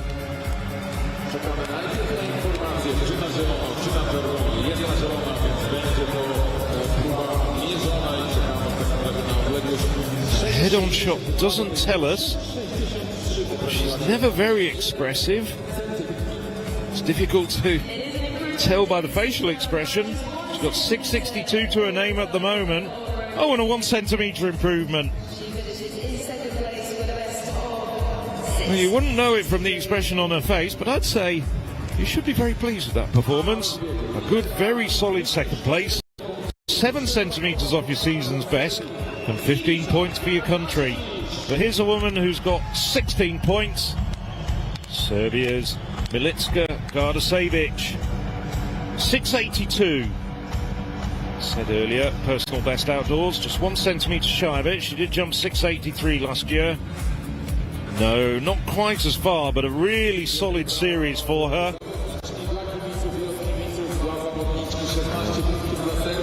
Well, she's got 665 in the first round, which alone would have won this competition. And she improved to 6 6.82 in the third round for Gardasevic.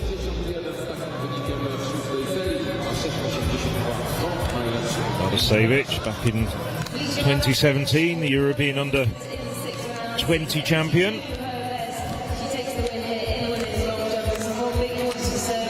6.71. So all three of Gardasevic's valid jumps better than the best of the rest. She really did dominate this competition from the opening round. That's a good win for Serbia.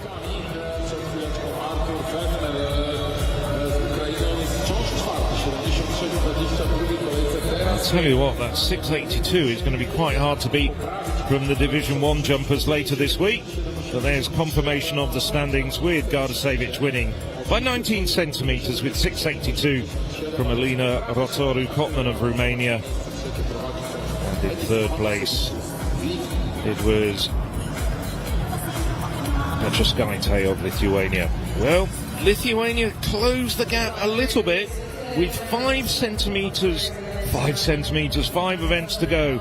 Lithuania now only 15 points behind Slovenia, battling for that third promotion spot. And Lithuania leading the javelin as well. So I make it, when you take into account the 3 events that are ongoing, or one that's just finished and 2 are ongoing, that gap reduces from 14.5 to just half a point. And amazingly, so far, Lithuania have yet to win a individual event. Irene Palsaite, former European indoor champion, 2:01 jumper at best. She's in 4th place at the moment.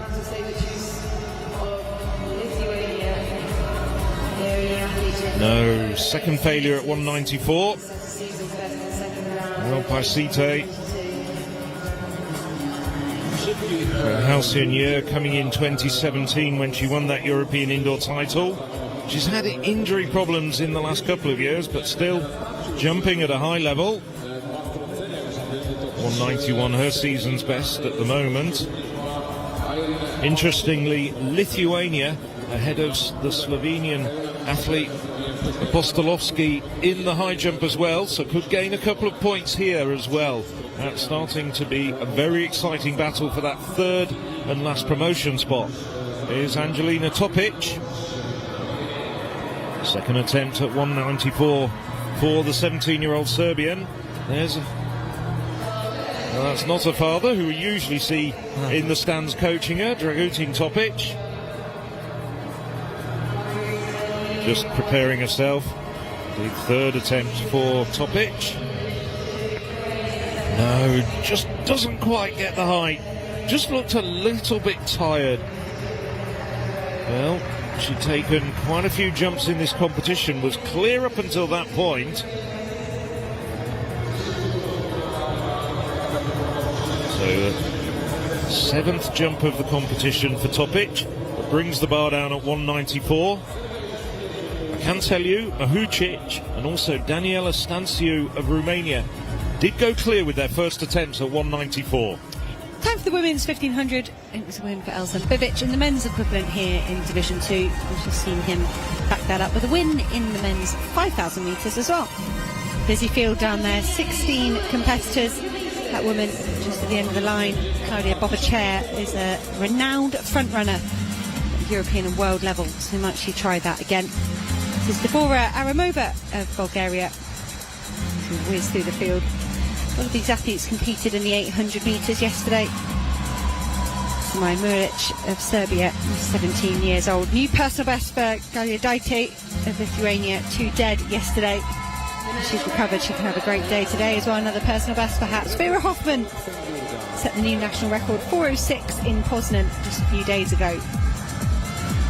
Competing for Luxembourg. Veronika Sadek of Slovenia, 20-year-old, she ran very well last season, 4th and 5th of the last 2 World Juniors. Sofia Thorgerson of Denmark, European under-18 3,000 metre champion. Did the silver the year before at the under-20s, performing very strongly. She's still got years left in those age group championships. Claudia Bobachair took a silver indoors in Istanbul behind Laura Muir of Great Britain, Northern Ireland.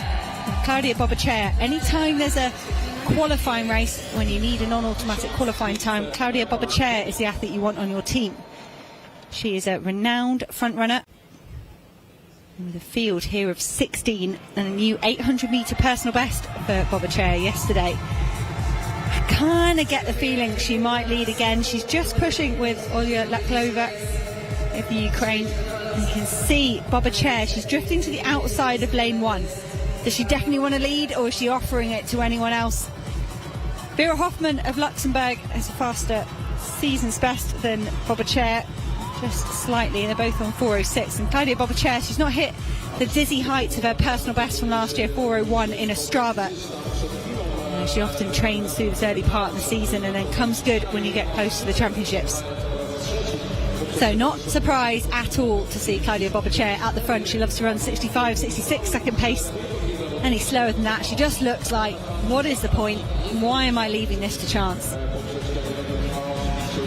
Around about 4:10 pace here, Claudia Bobachair, 50 seconds through the first 400 metres.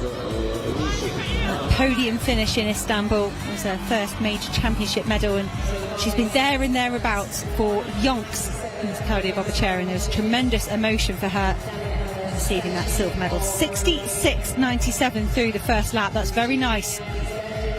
Hoffmann will be absolutely delighted with this. Laklova of the Ukraine, better known as an 800-metre runner, 1:58 athlete here over the longer distance, is enjoying it at the moment. The 1500-metre specialists piling up behind her might really enjoy this as well. But Sofia Thorgerson of Denmark keeping herself involved, in the young Veronika Sadek of Slovenia in the bright green vest, continuing that team battle with Lithuania in 4th and 5th. Yeah, that's going to be absolutely fascinating, particularly if it does go down to just half a point after those field events have concluded. Of course, that's based upon them staying as they are, but Galvidaita and Sedek together there, and I'm sure they'll know about the narrative by now. I'm sure the messages will be passed on, at least just to fight for every single position and point. Fascinating to see how that one is going to play out. Galvidaita of Lithuania, big personal best yesterday in the 800 metres, all the way down to 2:29. They slowed a bit there through the second lap. Claudia Bobachair slipping all the way to 2 teens through 800 metres, and that's not as fast as I would have expected. Claudia Bobachair perhaps feeling the heat here. She will be strong in the closing stages. She was strong in the end of the 800 yesterday. The 5th place was very proficient for Claudia Bobachair, and maybe surprised to see that a personal best of 2:01.1 was only good enough for 5th in the Division 2 800. That was inspired last night. Bianca Kerry front running herself to a World Championship qualifying mark, and Natalie Kroll just sneaking past in the closing stages. Galvidaita of Lithuania, the first athlete to really challenge Claudia Bobachair of Romania.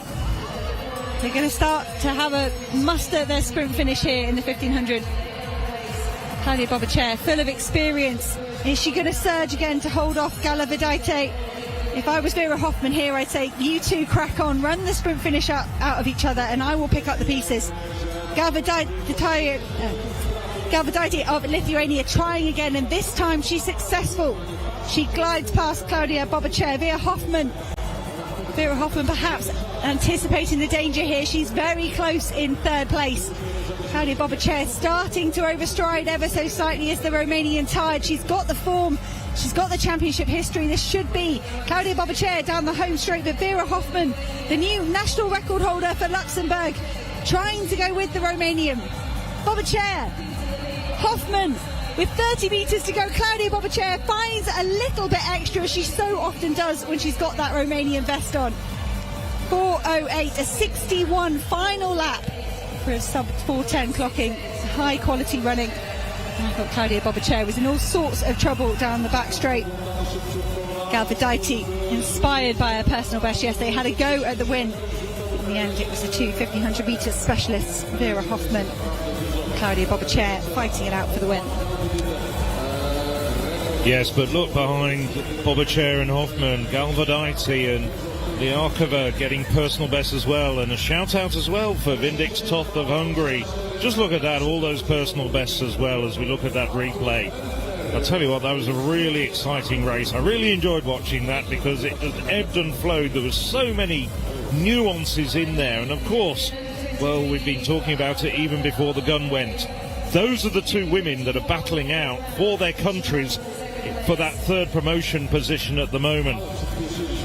Well, Bobachea, very experienced, and she really did everything right at this stage. As you said, you thought it was going to be Hoffman coming round, coming very strongly as Galvadite started to just run out of steam. Galvadite, I think if I can read her facial expression, she's looking up at the big screen. She's looking at where people are behind her, not least of which was Sadek, the Slovenian. Bobachea, though, got the bit between her teeth, and she's really starting to motor at this point. Hoffman thinks that she's probably got enough room and enough time to overhaul Bobachea, but Bobachea, well, just grits her teeth once more. She thinks she's probably gnawed off the enamel of those teeth and just really digs deep, holds off Hoffman. Hoffman doing her very, very best to try and claw back that half a metre, but Bobachea just hangs on and takes maximum points for Romania. Luxembourg second, and a shout out to Galvadite, that personal best in third. Really gutsy run from the Lithuanian in what's going to be a fascinating finale as well. We were as good as certain that at the top of the table it's going to be Hungary and Ukraine that go through, even with a couple of events to go, but that's going to be a real nail biter going down to the wire as far as that third promotion position. A whole host of personal bests as we scroll through this field. Of Andrushevich here of Croatia as well. She's absolutely delighted. 4:17 time on the clock, and that is a 6-second personal best. We've got a 5-second personal best for Galvadite in third. Hoffman matching the exploits of Charles Grafton, her teammate, picking up second place for Luxembourg. Sophia Thorgerson, just 17 years old, 4:11. That is a European under-20 lead for this season. She looks towards those under-20 championships in Jerusalem. And that's what it stands to the standings overall. Not too much different. Hungary still sitting up the top. Ukraine in second. Slovenia in third. That gap now down to 3.5 points between Slovenia and Lithuania, with just mixed 4x4 on the track to go. And the women's high jump as well. Well, the women's high jump is still going on, but here's a spoiler. Irene Palsite has taken 2 more points out of that deficit as we look at Jaroslava Mahuchik finally getting over 197. Well, first failures in the competition came with her first 2 events at 197. She's got over. Well, it's... There's a coach. All sorts of traumas going on there. Member of Ukraine team management. But Mahuchik, well, just wondering to see what she puts the bar up to next. But we still have Daniela Stanichu. Oh, high. But the high point was well in front of the bar and she comes down on it. But nevertheless, good performance from the Romanian. 194, not far off her recent best of 196. So as for bar height, we'll go back to the women's height. No, I'll give you a time. In a moment, because Arta Feltner, Mahuchik's teammate here, the young man, the world under-20 champion coming in this 4th round now. Matusevicius, our leader, 84.22, but this is another throw, well over 80 metres. Brilliant competition this is proving to be. We thought it might be close, and then Matusevicius put 5 metres between himself and the rest. And then young Artur Feltner of Ukraine goes out to 82.24, a clear second place, and European under-23 leading Mark Mahuchik. Well, she shares the world lead at 2 metres and 1 centimetre with Australia's Nicola Olaslagers. So for my money, it's got to go up to 2:02. She's going to want that world lead outright. I think she'll put it up to 2:03 because she jumped 2:02 indoors. 2:03, why not? Yeah, that's Tatiana Stepanova, her coach, who travels with her everywhere. Mahuchik's talked about her being her older sister. She sort of discovered Yaroslava, as she said, when Yaroslava came to their local athletics club. She did a few other events, like the hurdles. Didn't quite see where she was going with the hurdles, but then suddenly, one day, Mahuchik, at about the age of 14, suddenly was clearing local club records for the age group. Now we see some of the other Ukraine teams watching Mahuchik, who's really developed into one of the world's superstars. And I think the bar is only going to go up to 2 meters. She just wants to bag another 2 meter. I'm just looking across, seeing where we're going. Her teammate in the Javelin now. We feel as though it's too late. So far as the battle in the overall standings between Hungary and Ukraine, it's 31 points. With just 3 remaining, it would have to be more than 10 points on average in each. Here comes Felthner. No, maybe he could take maximum points for his country. Not on the basis of that throw, but showing real potential, this young man. Beaming smiles then across the Ukrainian team.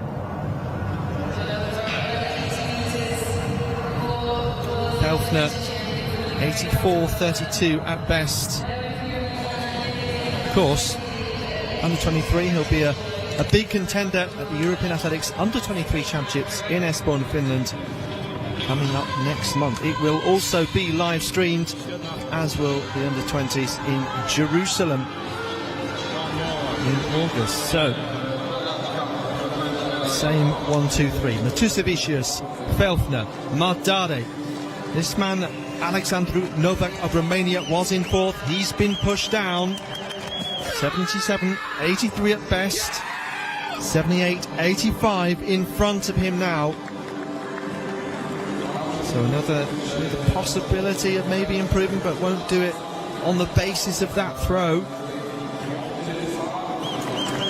So in the penultimate round, our top 8 is settled. And the top 4 will get that one final 6th round effort.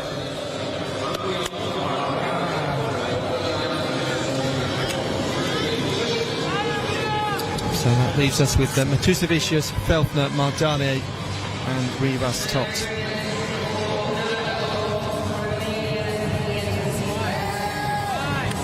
Are we about to get a third thrower over 80 metres?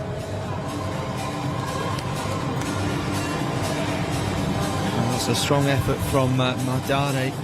Didn't seem to build up much momentum on that runway though. And as they thought he might, steps over the line to foul.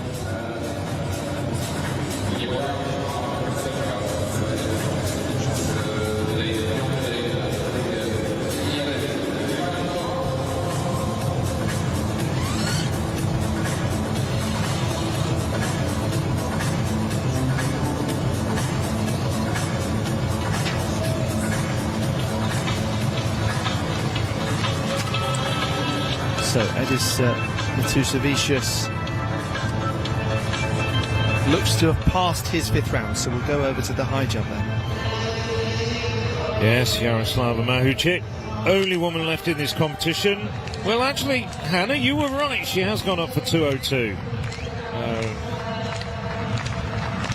Had a first-time failure. We didn't see that, unfortunately. Now, 2:02. Not that far away at all, just clipped it off with her calves.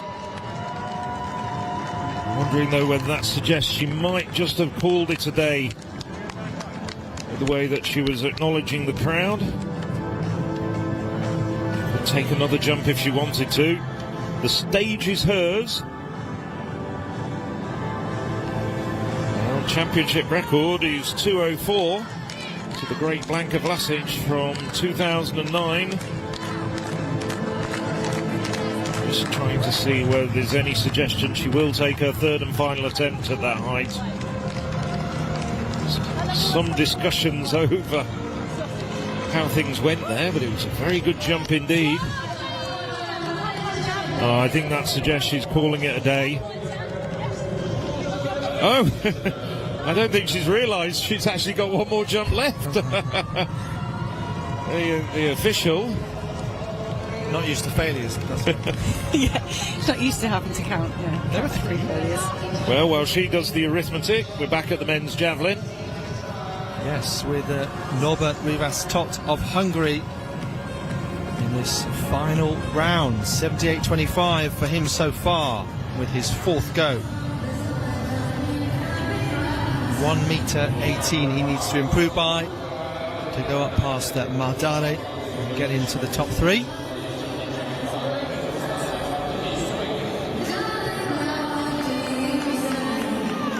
Looks to be just a little short of that. And there are the lines superimposed, the pink one for 3rd place, so a few metres off, but still a great competition, and yet another high finish for the Hungarians. Ukraine have won more events at this stage, and they're about to take maximum points in the high jump, or have done so, but it's going to be added to the overall standings, is what I'm trying to say. So, but Hungary with way more 2nd and 3rd places than Ukraine, 6 and 6 compared to 2 and 2, and that is where the difference has been made. Excellent performance from Mardare of Moldova to be up in this top 3. But so close to that line. And always a little bit frustrating when you throw your best in the first round and think, oh brilliant, I've set a great marker down. You can take a few risks, which sometimes happens, but to not improve beyond that might leave him wondering whether he could have gone over 80 metres today. He has done it, so it is actually given as a valid attempt. I thought his foot had just crept over there. I think it was very close, Alex. I was watching, it did look on the video, it looked to the naked eye, but the official stayed sat down and there was no gesture from him that it should be a foul, so an improvement there for Mardare. You can say thank you very much to the official. Be very happy with that, because Artur Felfner well in front with 82.24. So just what is this young man from Ukraine capable of? The lead of 84.22. His personal best is actually 10 centimetres further. So Felfner, javelin falling down now, and just short of his 2nd place throw he already had. It looks like we're going to see yet another young Ukrainian field athlete in particular emerge over the next couple of years, just like Mihailo Kokan in the hammer and Yaroslava Mahuchik in the high jump, who is watching on and applauding. It's a shame, isn't it? The Ukrainian team have been forced to split forces. You know, half of them over on one bend watching Yaroslava Mahuchik, and the other guys over here watching Felfner.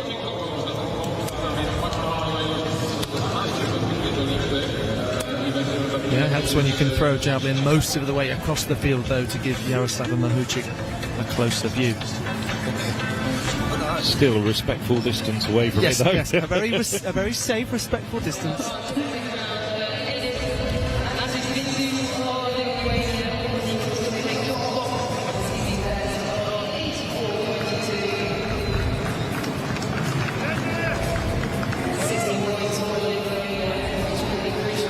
So, full result then of that javelin competition. Looks like Matusavicius not taking any more throws, didn't need to.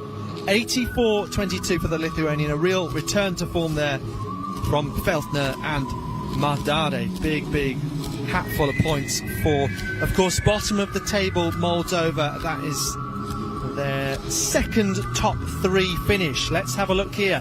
Slovenia just holding on, but the pattern has generally been that we haven't taken into account the event that's just finished, and Lithuania well in front, taking maximum points in that javelin, with Slovenia in 6th.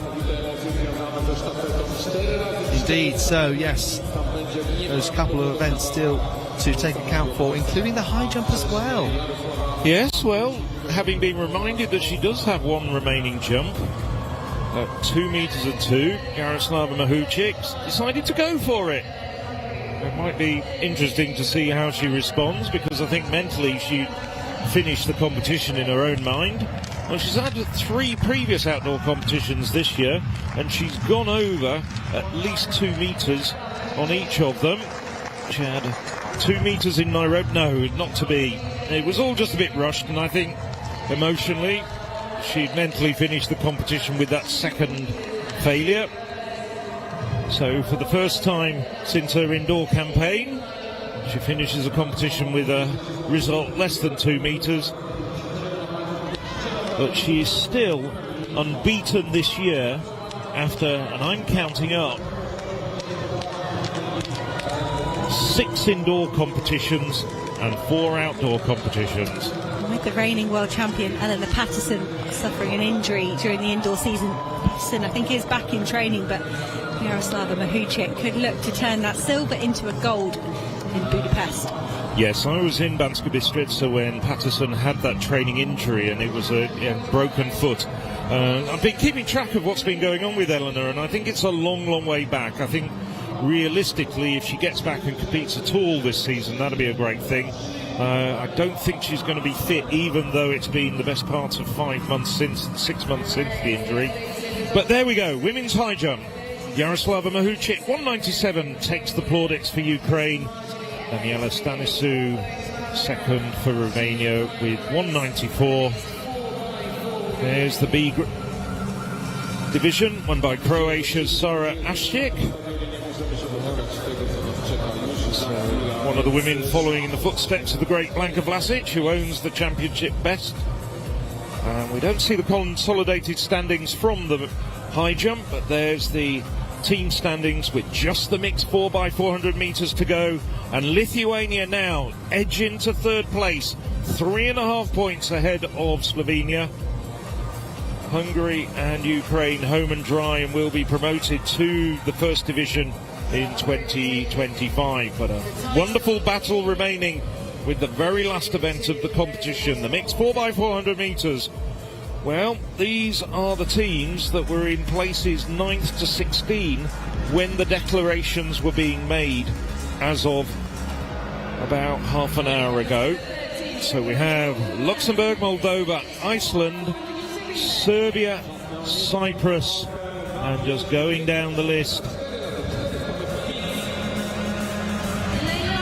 Estonia, Slovak Republic and Bulgaria completing the lineup. So there's the 4 competitors for Bulgaria. Starting with the men, it's a fixed formation now. Once upon a time you could change it as you went along. But for the Bulgarians, Girov, Savova, Todorov and Dragieva. Slovakia has Domator, Gajanova, Biljana and Breshkova. There's the Estonians. Nessel, Hamburg, Margi, who won the men's 4x400 metres, and Kleemeyer. The Cypriot team of Dimitridis, Demiatru, Spiro and Kunturi. Serbia's Kostic, Pesic, Markovic and Chirik. Iceland have Gunnarsson, Helsdottir, Olafsson and Sigurdsdottir.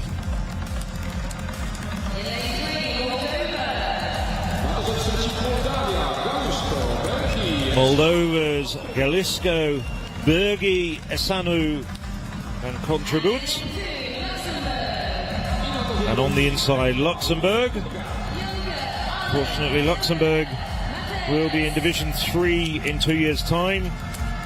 But the final flourish perhaps coming from Juncker, Arno, Hilger, and the good 400-metre runner on the last leg, Charlene Mateus. There's the rest of the teams all lined up. Just a reminder, it goes man-woman, man-woman.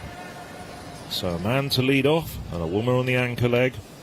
From the inside, Luxembourg, Moldova, Iceland, Serbia, Cyprus, Estonia, Slovak Republic and Bulgaria as they settle down for the penultimate action of this European Athletics Championship second division.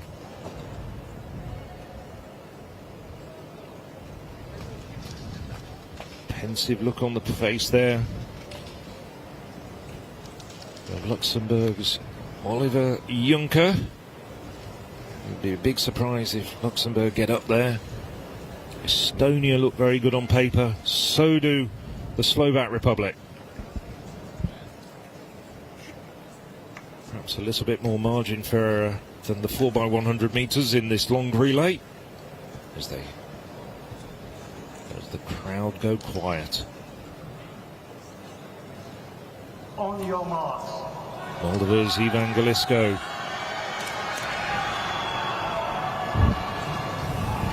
Iceland's Koba Gunnarsson goes to his marks. There's the Bulgarian on the outside. So just a reminder once again as they go to their marks: Luxembourg, Moldova, Iceland, Serbia, Cyprus, Estonia, Slovak Republic, and on the outside, Bulgaria.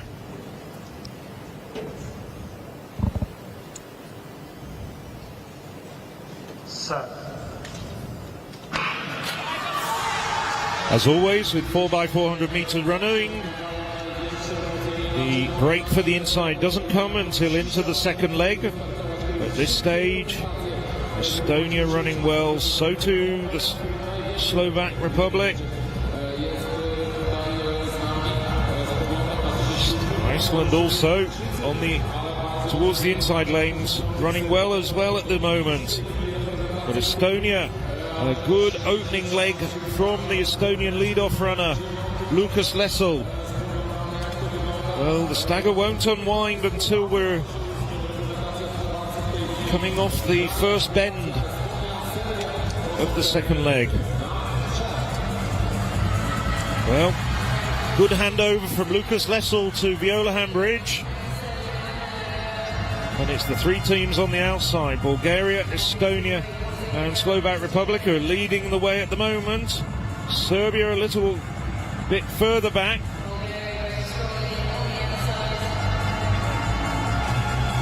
Bulgaria's Andrea Savova now with a clear lead heading into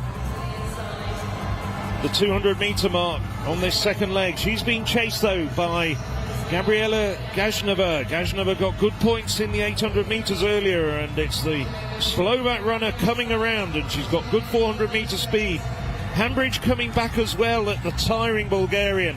Serbia coming back strongly on this second leg. This is going to be a really tight changeover, but it's Slovak Republic in front at the moment. Simon Buna in front. Well, Buna very quickly has put a good 12 metres between himself and Rasmus Margi, but Rasmus Margi, a great relay runner as well as a great hurdler, and Margi now starting to bring back that deficit, still keeping track in third place. The Serbian doing extremely well at the moment. Ivan Markovic having a good third leg as well.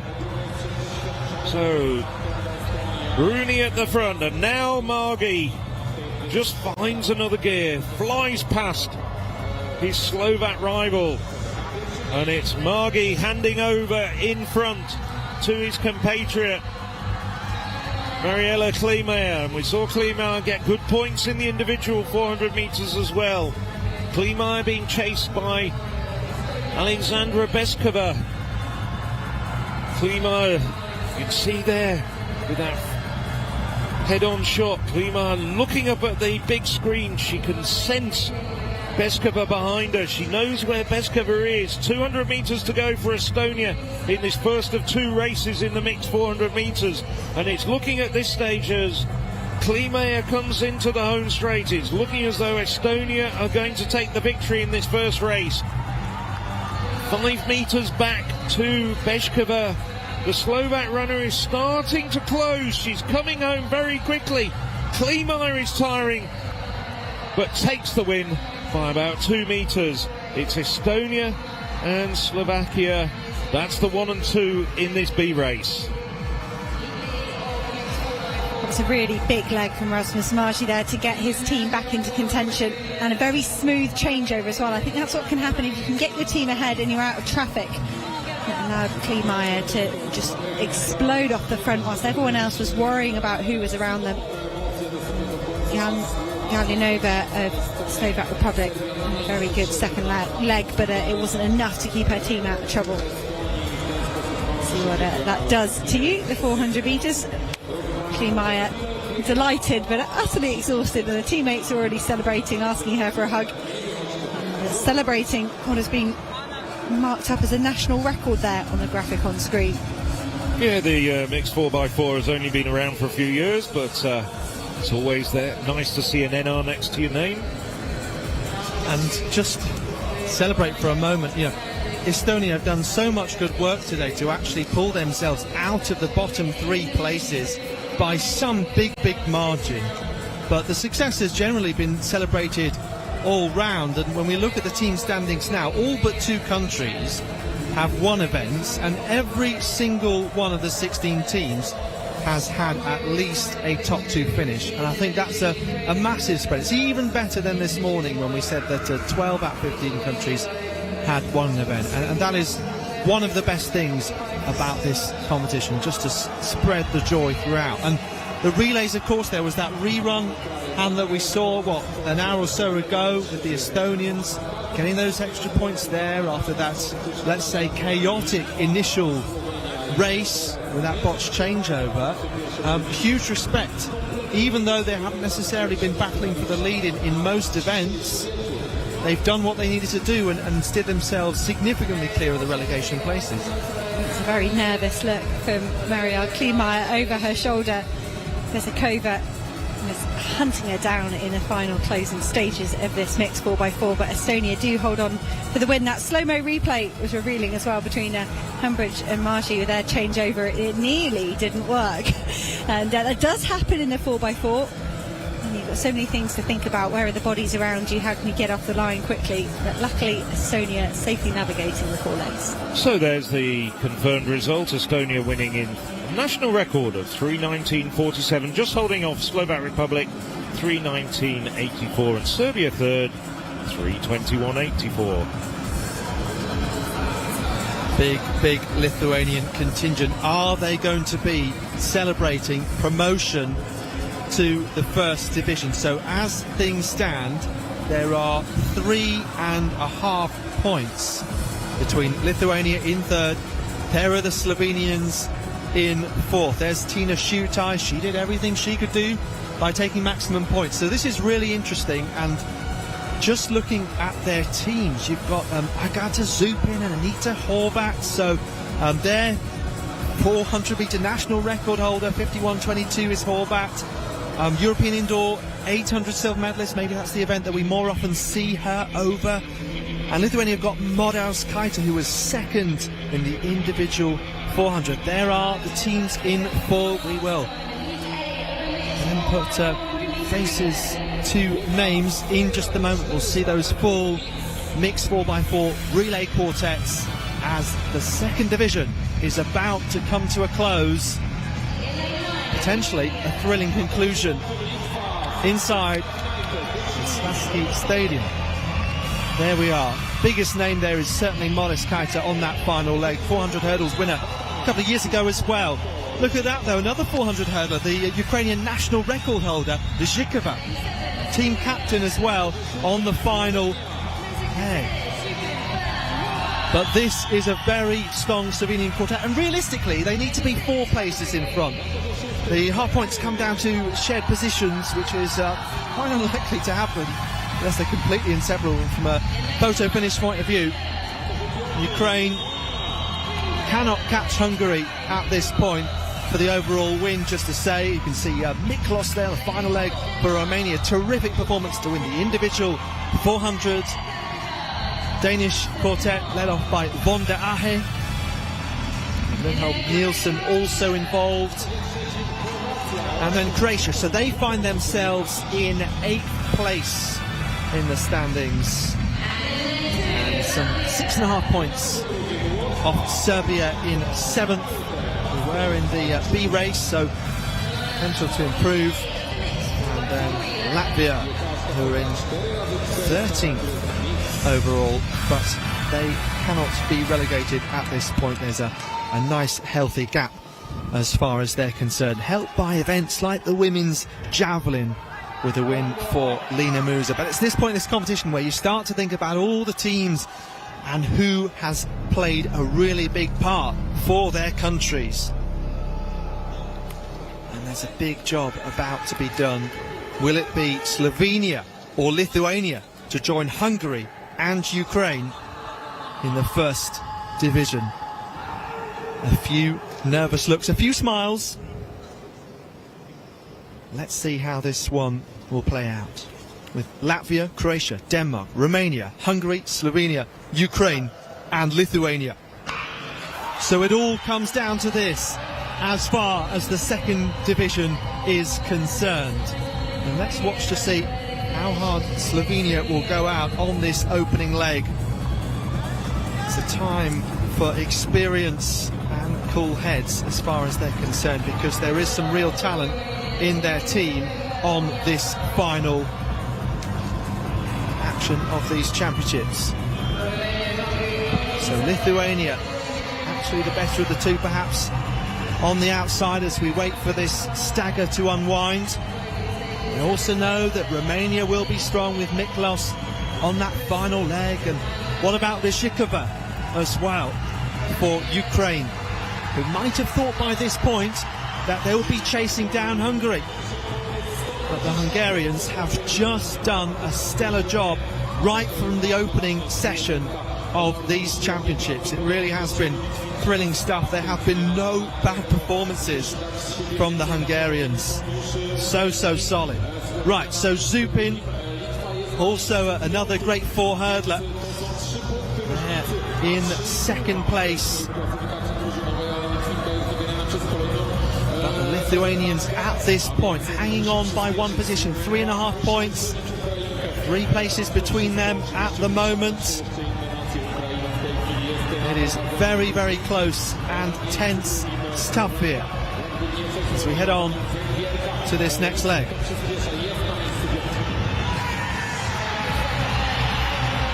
Dreadful changeover by the Ukrainians there. They must have lost about 3 metres on Romania.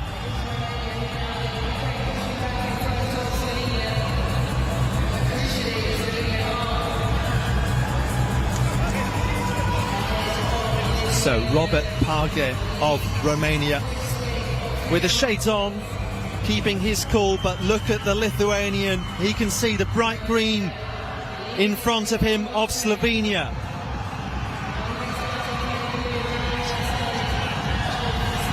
But still, at this point in time, Lithuania are holding on by the skin of their teeth. Ryzhikova receives the baton for Ukraine.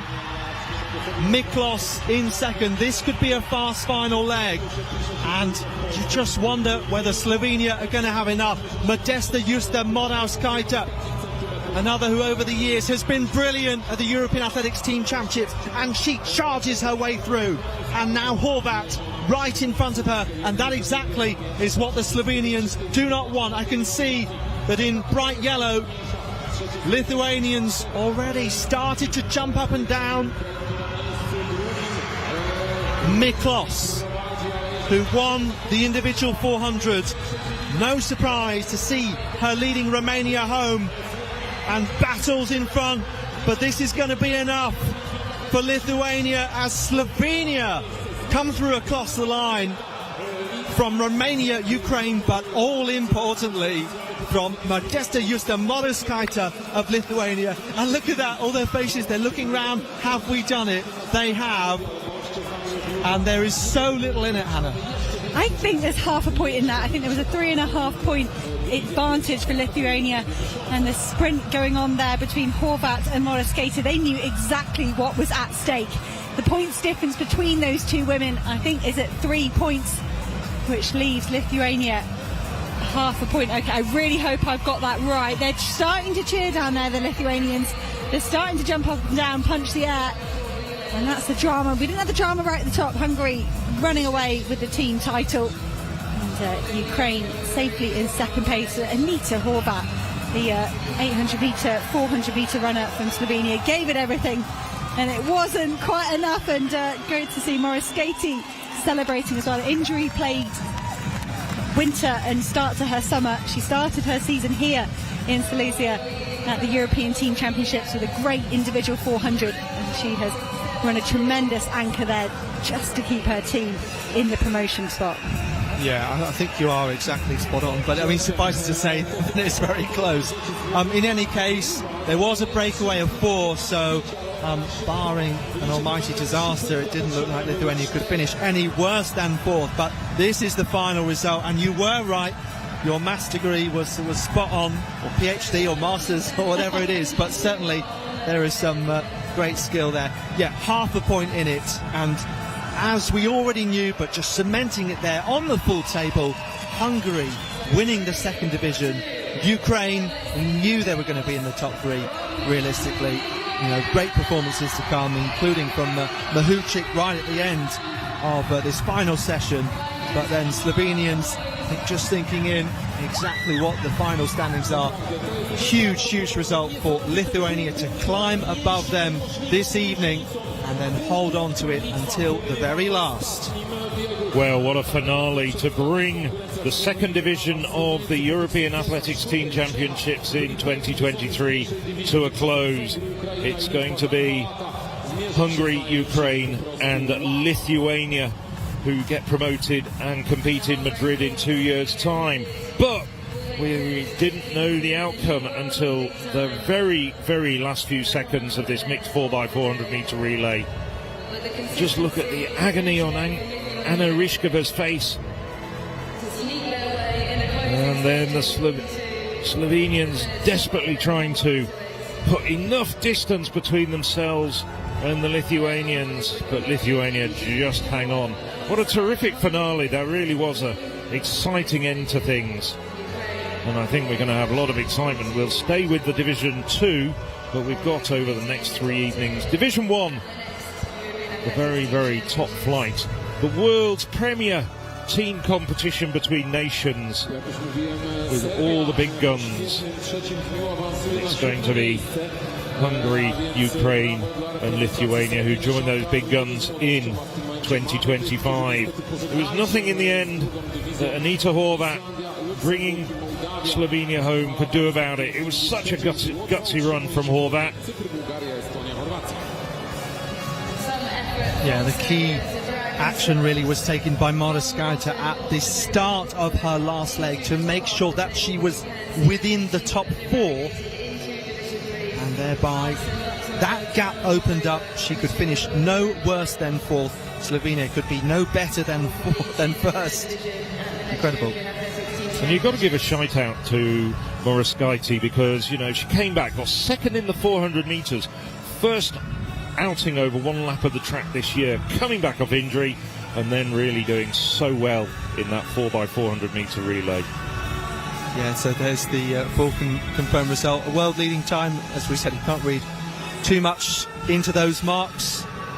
I suppose that could help them perhaps as far as the World Athletics Championship goes later this year, but yeah, what a thrilling end to the competition. Hopefully we've got just a second before the team presentation to do a nod to the splits that have come up from that mixed 4x4. Anita Horvat 50.46, Andrea Miklos 50.77, Modesta Moraskati 50.66. And you can see those inspired performances from Moraskati and Anita Horvat exceeding that they achieved in their individual event. And that, for me, captures what it means to compete for your nation, especially when there's promotion on the line. And those two athletes just going above and beyond and delivering some fantastic times. Well, Hannah this morning used a wonderful phrase, which I think is so appropriate in this circumstance. It's trying to get these teams. You said it was just like herding cats. It is, because the teams spread all around the stadium as we finished with the field events of the high jump at one end, the javelin at the other, and then, of course, the mixed 4x4 to bring things to a conclusion. But we've got everybody together out of the top 3 teams. There you can see Hungary. Well, They managed 5 victories overall over the course of the 37 events. So I'm just looking down. Well, they had not just 5 individual victories, but they had no less than 17 top 3 places. They really did have a fantastic overall performance. Very few members of the Hungarian team really disappointing at all. Ukraine managed 8 individual victories. Didn't quite have the depth, and of course Marina Beck-Romanchuk, after winning the triple jump, getting no points in the long jump this afternoon. Lithuania, just 1 win over the course of the 3 evenings here in Silesia. But good, solid performances all the way through the team saw them just sneak into 3rd place ahead of Slovenia.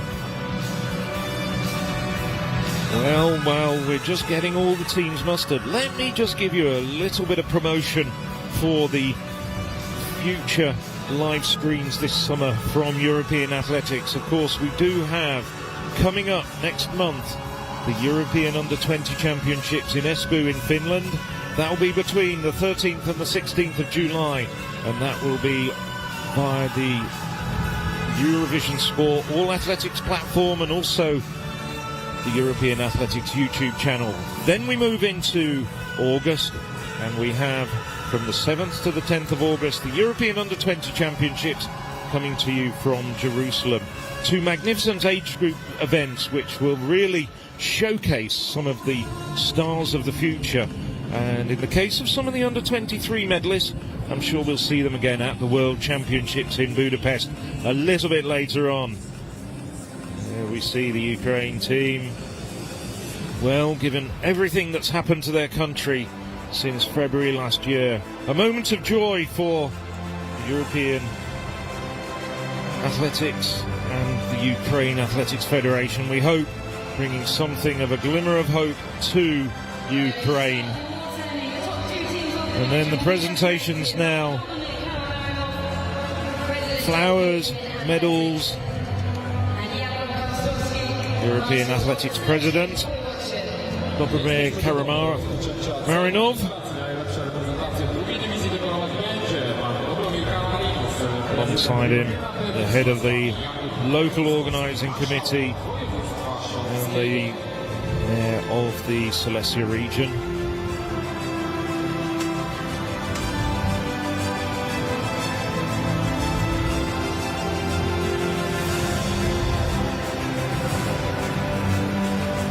We hope you've enjoyed the last 3 days of Division 3 and Division 2 competition in the European Athletics Team Championships as Lithuania mount the podium to celebrate 3rd place in Division 2 and a promotion place.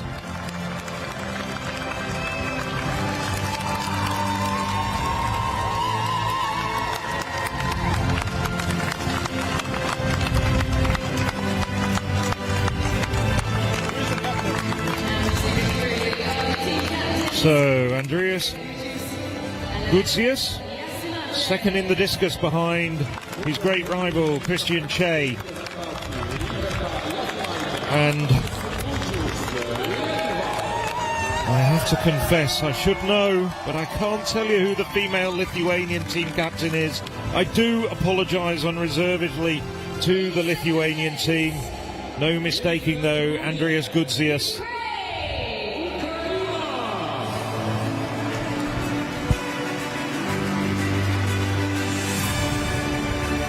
So Ukraine takes 2nd place. They're in 2nd place throughout most of the 3 days. Well, there's Viktor Shepaliev and Anna Ryshkova, the team captains for Ukraine. Shepaliev winning the triple jump yesterday, carrying on the tradition of Ukraine doing so well.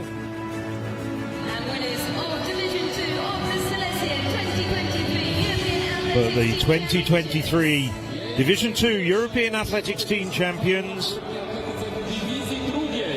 are going to be Hungary. and a big roar goes out around this stadium. Well, Hungary, one of those yo-yo teams. Now the big task for them in 2 years' time is maintaining their place in the top flight of the world's Premier Nations international team competition. There we go. That's Attila Molnar, winner of the 400 metres yesterday. Women's team captain Bogdarka Takac, sprinter. She was well placed in the 100 metres and contributed to a good result in the 4x100 metres. Good-natured applause for all the three teams. There's some of the coaches up there as well. Sure, that's a picture that's going to appear on the front pages in Hungary tomorrow.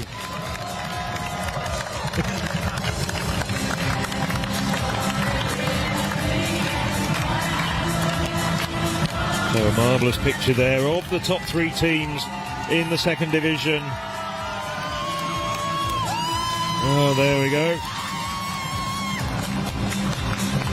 There's Arian Palsite alongside Arius Gudzius. There's the big throwers at the far end of the podium, almost tilting up the first place Diaz. Not quite enough space for everybody on there, just about managing to keep everyone on there.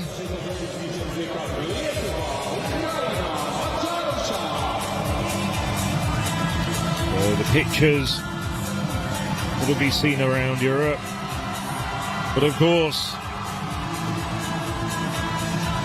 at 4:30 tomorrow, we start the Division 1 battle, bringing together some of the really top athletes in the world, the top nations as well, the likes of two-time defending champions and host Poland, Italy, Germany, Great Britain, Northern Ireland, France, Spain, and many, many others. Well, that looks like the team manager getting the ritual dunking in the steeplechase pit. Well, they're rather normally you just load into it, but they've rather hauled him in there. I hope he's all right. And my favourite bit of that, Phil, was the officials sprinting ahead to get the cordon off the steeplechase pit here. They were like, "That's all right, that's allowed. We're going to help you do this." Oh, it's like another Hungarian. And everybody's going in now. Well, some familiar faces from the 3 days of competition. I don't think they'll mind a dunking.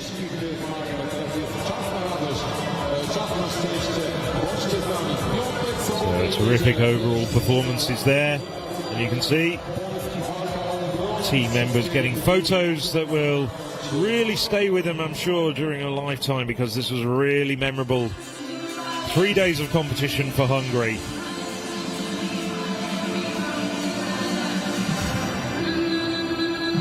Hungary finished in the top 5 in 26 out of 37 events, winning 5 of them, compared to Ukraine winning 8 of them. So it just goes to show what having strength and depth does. And Lithuania winning that battle for third place, only one individual winner compared to Slovenia's 4. Yeah, that was Edison Tusevicius, 84 metres in the men's javelin. So now, as we bring this evening's events to a close in the second division of the European Athletics Team Championships, it's time for myself, Phil Minchell, and alongside me, Alex Heftel and Hannah England, to say good night from Horzo in Silesia. But join us again at 4:30 tomorrow when we get underway with Division 1 of this year's European Athletics Team Championships. We hope you enjoyed the coverage. We're at the halfway point in this fantastic week of athletics, but we've still got 3 more days to go.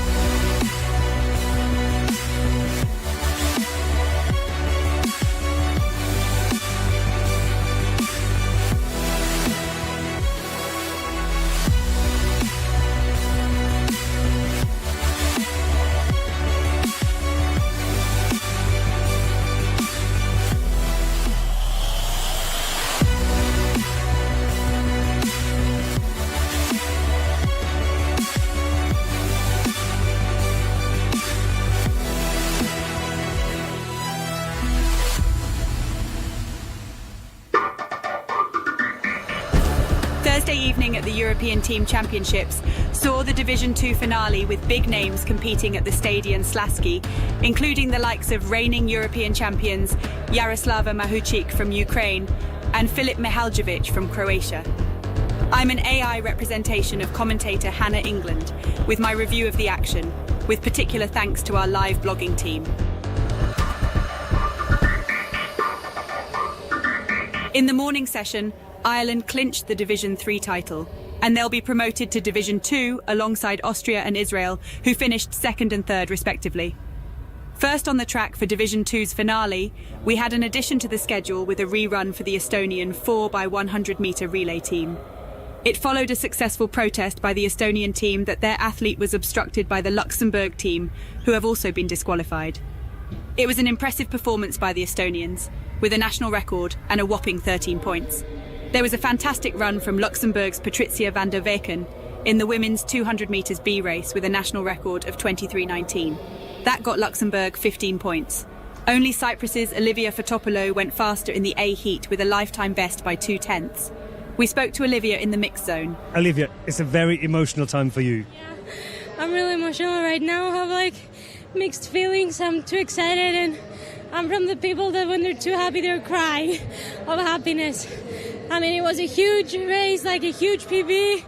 I didn't expect me to run 22.7 on this competition, but it's a huge PB, and hopefully I'll make it to the World Championships and compete there. We saw a huge second 100 metres from Hungary's Zoltán Wall, rocketing through the field to go under 21 seconds for the first time in his life and take the men's 200 metres B heat. Like in the women's 200 metres, the winner of the B heat got good points overall as fourth fastest. But it was Jan Volko who took the A heat, winning maximum points for Slovakia. We spoke to him after the race. Jan, second win in 24 hours. How does this race today compare to yesterday's? I think this one was much harder because it's 200 obviously, but also the wind was tough. But I'm satisfied with the results and also with the points for the team. So that's the most important thing. As a team captain, how do you evaluate Slovakia's performance overall in these team championships? I think we are quite good. Everyone's just do their best and score the points that he or she should score. So some of them even get the season best or personal best. So it's even better, and I'm really satisfied with the results of the others. We have a lot of youngsters who just first time try to compete at this level. So it's a great opportunity for them, and I think there's even more value than their time or the results that they are here and can feel the atmosphere, feel the real championships.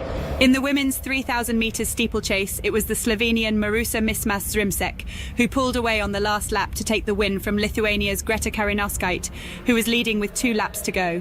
Maruša, you run 9:23.41, and the previous championship record, beaten this morning, was 9:23. So how do you evaluate your performance just now? I'm just happy to get the win. My goal was just to win for my team, Slovenia. We are doing really good on the third place, so that was just the goal. I didn't care about the time because steeplechase is a very demanding event, and I just wanted to take it as easy as possible to be able to race next week in the Diamond League. So I just took it as a training and to get maximum points for my team. Louisa Geiger said this morning that there is a lot of time to think during the 3,000 steeplechase. What do you get to think about when you're going around the lap, plus going over the barriers? Actually, I try to think as little as possible because I perform my best when my head is empty and just focus on this exact moment. So I'm just thinking about my running technique, the barriers, the water jump. I'm just telling myself, nice and easy, stay relaxed, wait, be patient, and just not think too much. In the women's javelin, Lena Muse extended her leading mark to 62.38. Not far off the finalist from Eugene last year's season's best of 62.47, to bring home maximum points for Latvia.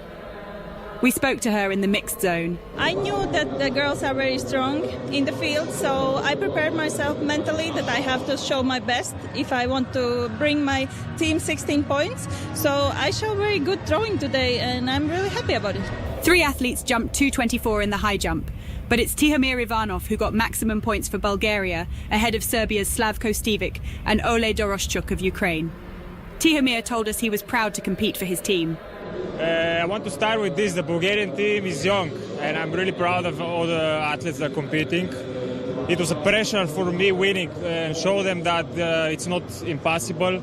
So I had put pressure on myself for no reason, but I want to show them that it's a team championship and it's very important for everybody to collect as much as possible points. So my goal was to take the maximum, of course. And I'm really happy we compete here. I think we show really good result. I'm very proud of the young team. So I think we are in very good way of like Bulgarian track and field right now. Elzan Bibic, who won the men's 15,000 metres yesterday, showed no signs of fatigue today in the 5,000 metres, using his speed to kick with 1 lap to go to claim maximum points for Serbia. How do you compare these two races, and what has been the best moment, your best memory so far of this team championship? I'm so happy for double run here in the Silesia, because I must say Silesia is very good memories for me.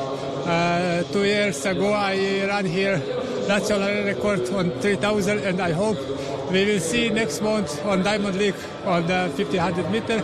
I'm so happy for today won, and I hope this is very good points for ranking by Team Serbia, and I hope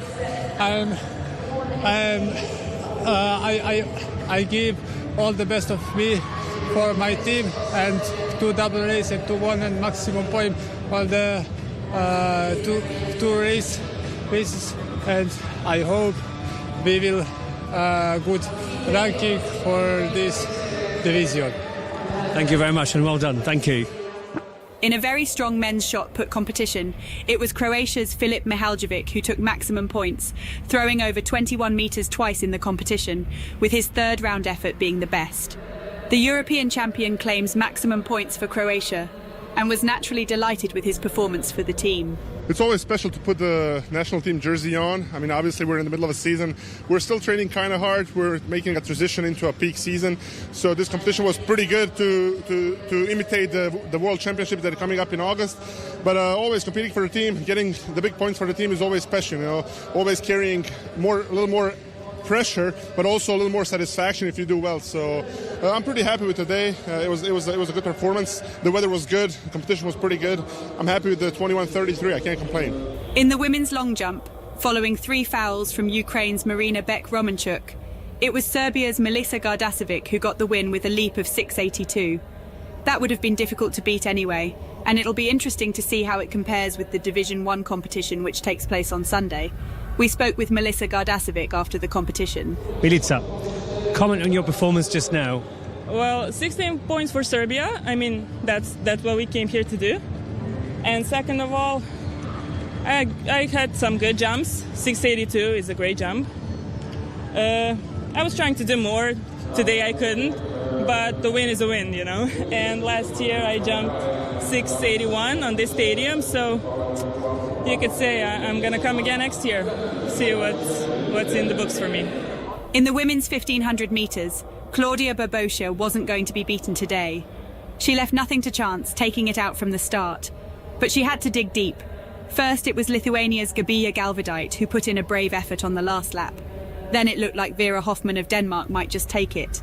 But Bobosia dug in over the last 50 metres to take maximum points for Romania. Yeah, I'm really happy that I get the maximum points for a Romanian team. I start the race that I want to win. It's my third edition, my third win in 15. So I'm really happy that I did it again. In the high jump, it was our standout superstar Jaroslava Mahuchik who took the honours with her final attempt at 197. It was very nice, and I'm very thankful to all the soldiers that I have opportunity to compete in this international level and representing Ukraine in the Team European Championship. It's very nice.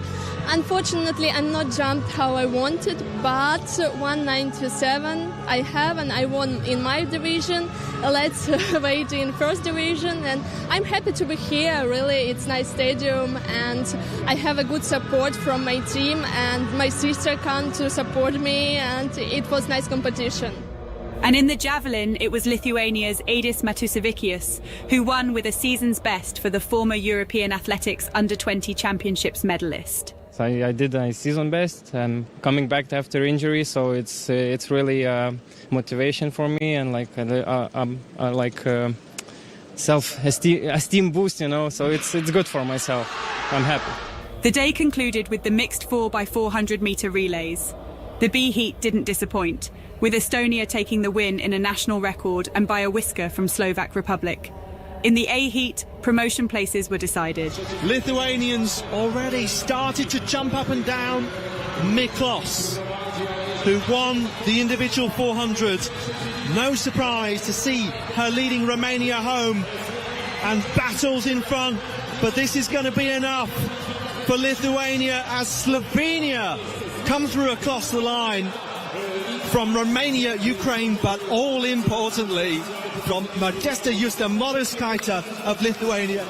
And there is so little in it, Hannah. Slovenia did all they could and won the race, but with Lithuania finishing 5th, they claim 3rd place in Division 2 by just half a point. Hungary win Division 2, and joining them with the big guns in Division 1 will be Ukraine, who took a clear 2nd, and Lithuania, who take 3rd. Iceland, Luxembourg and Republic of Moldova will go down to Division 3. We'll be live again on Friday afternoon with full coverage of the first day of Division 1 here at the European Team Championships. If you want to watch live or check out the highlights from the last few days, head over to allathletics.tv.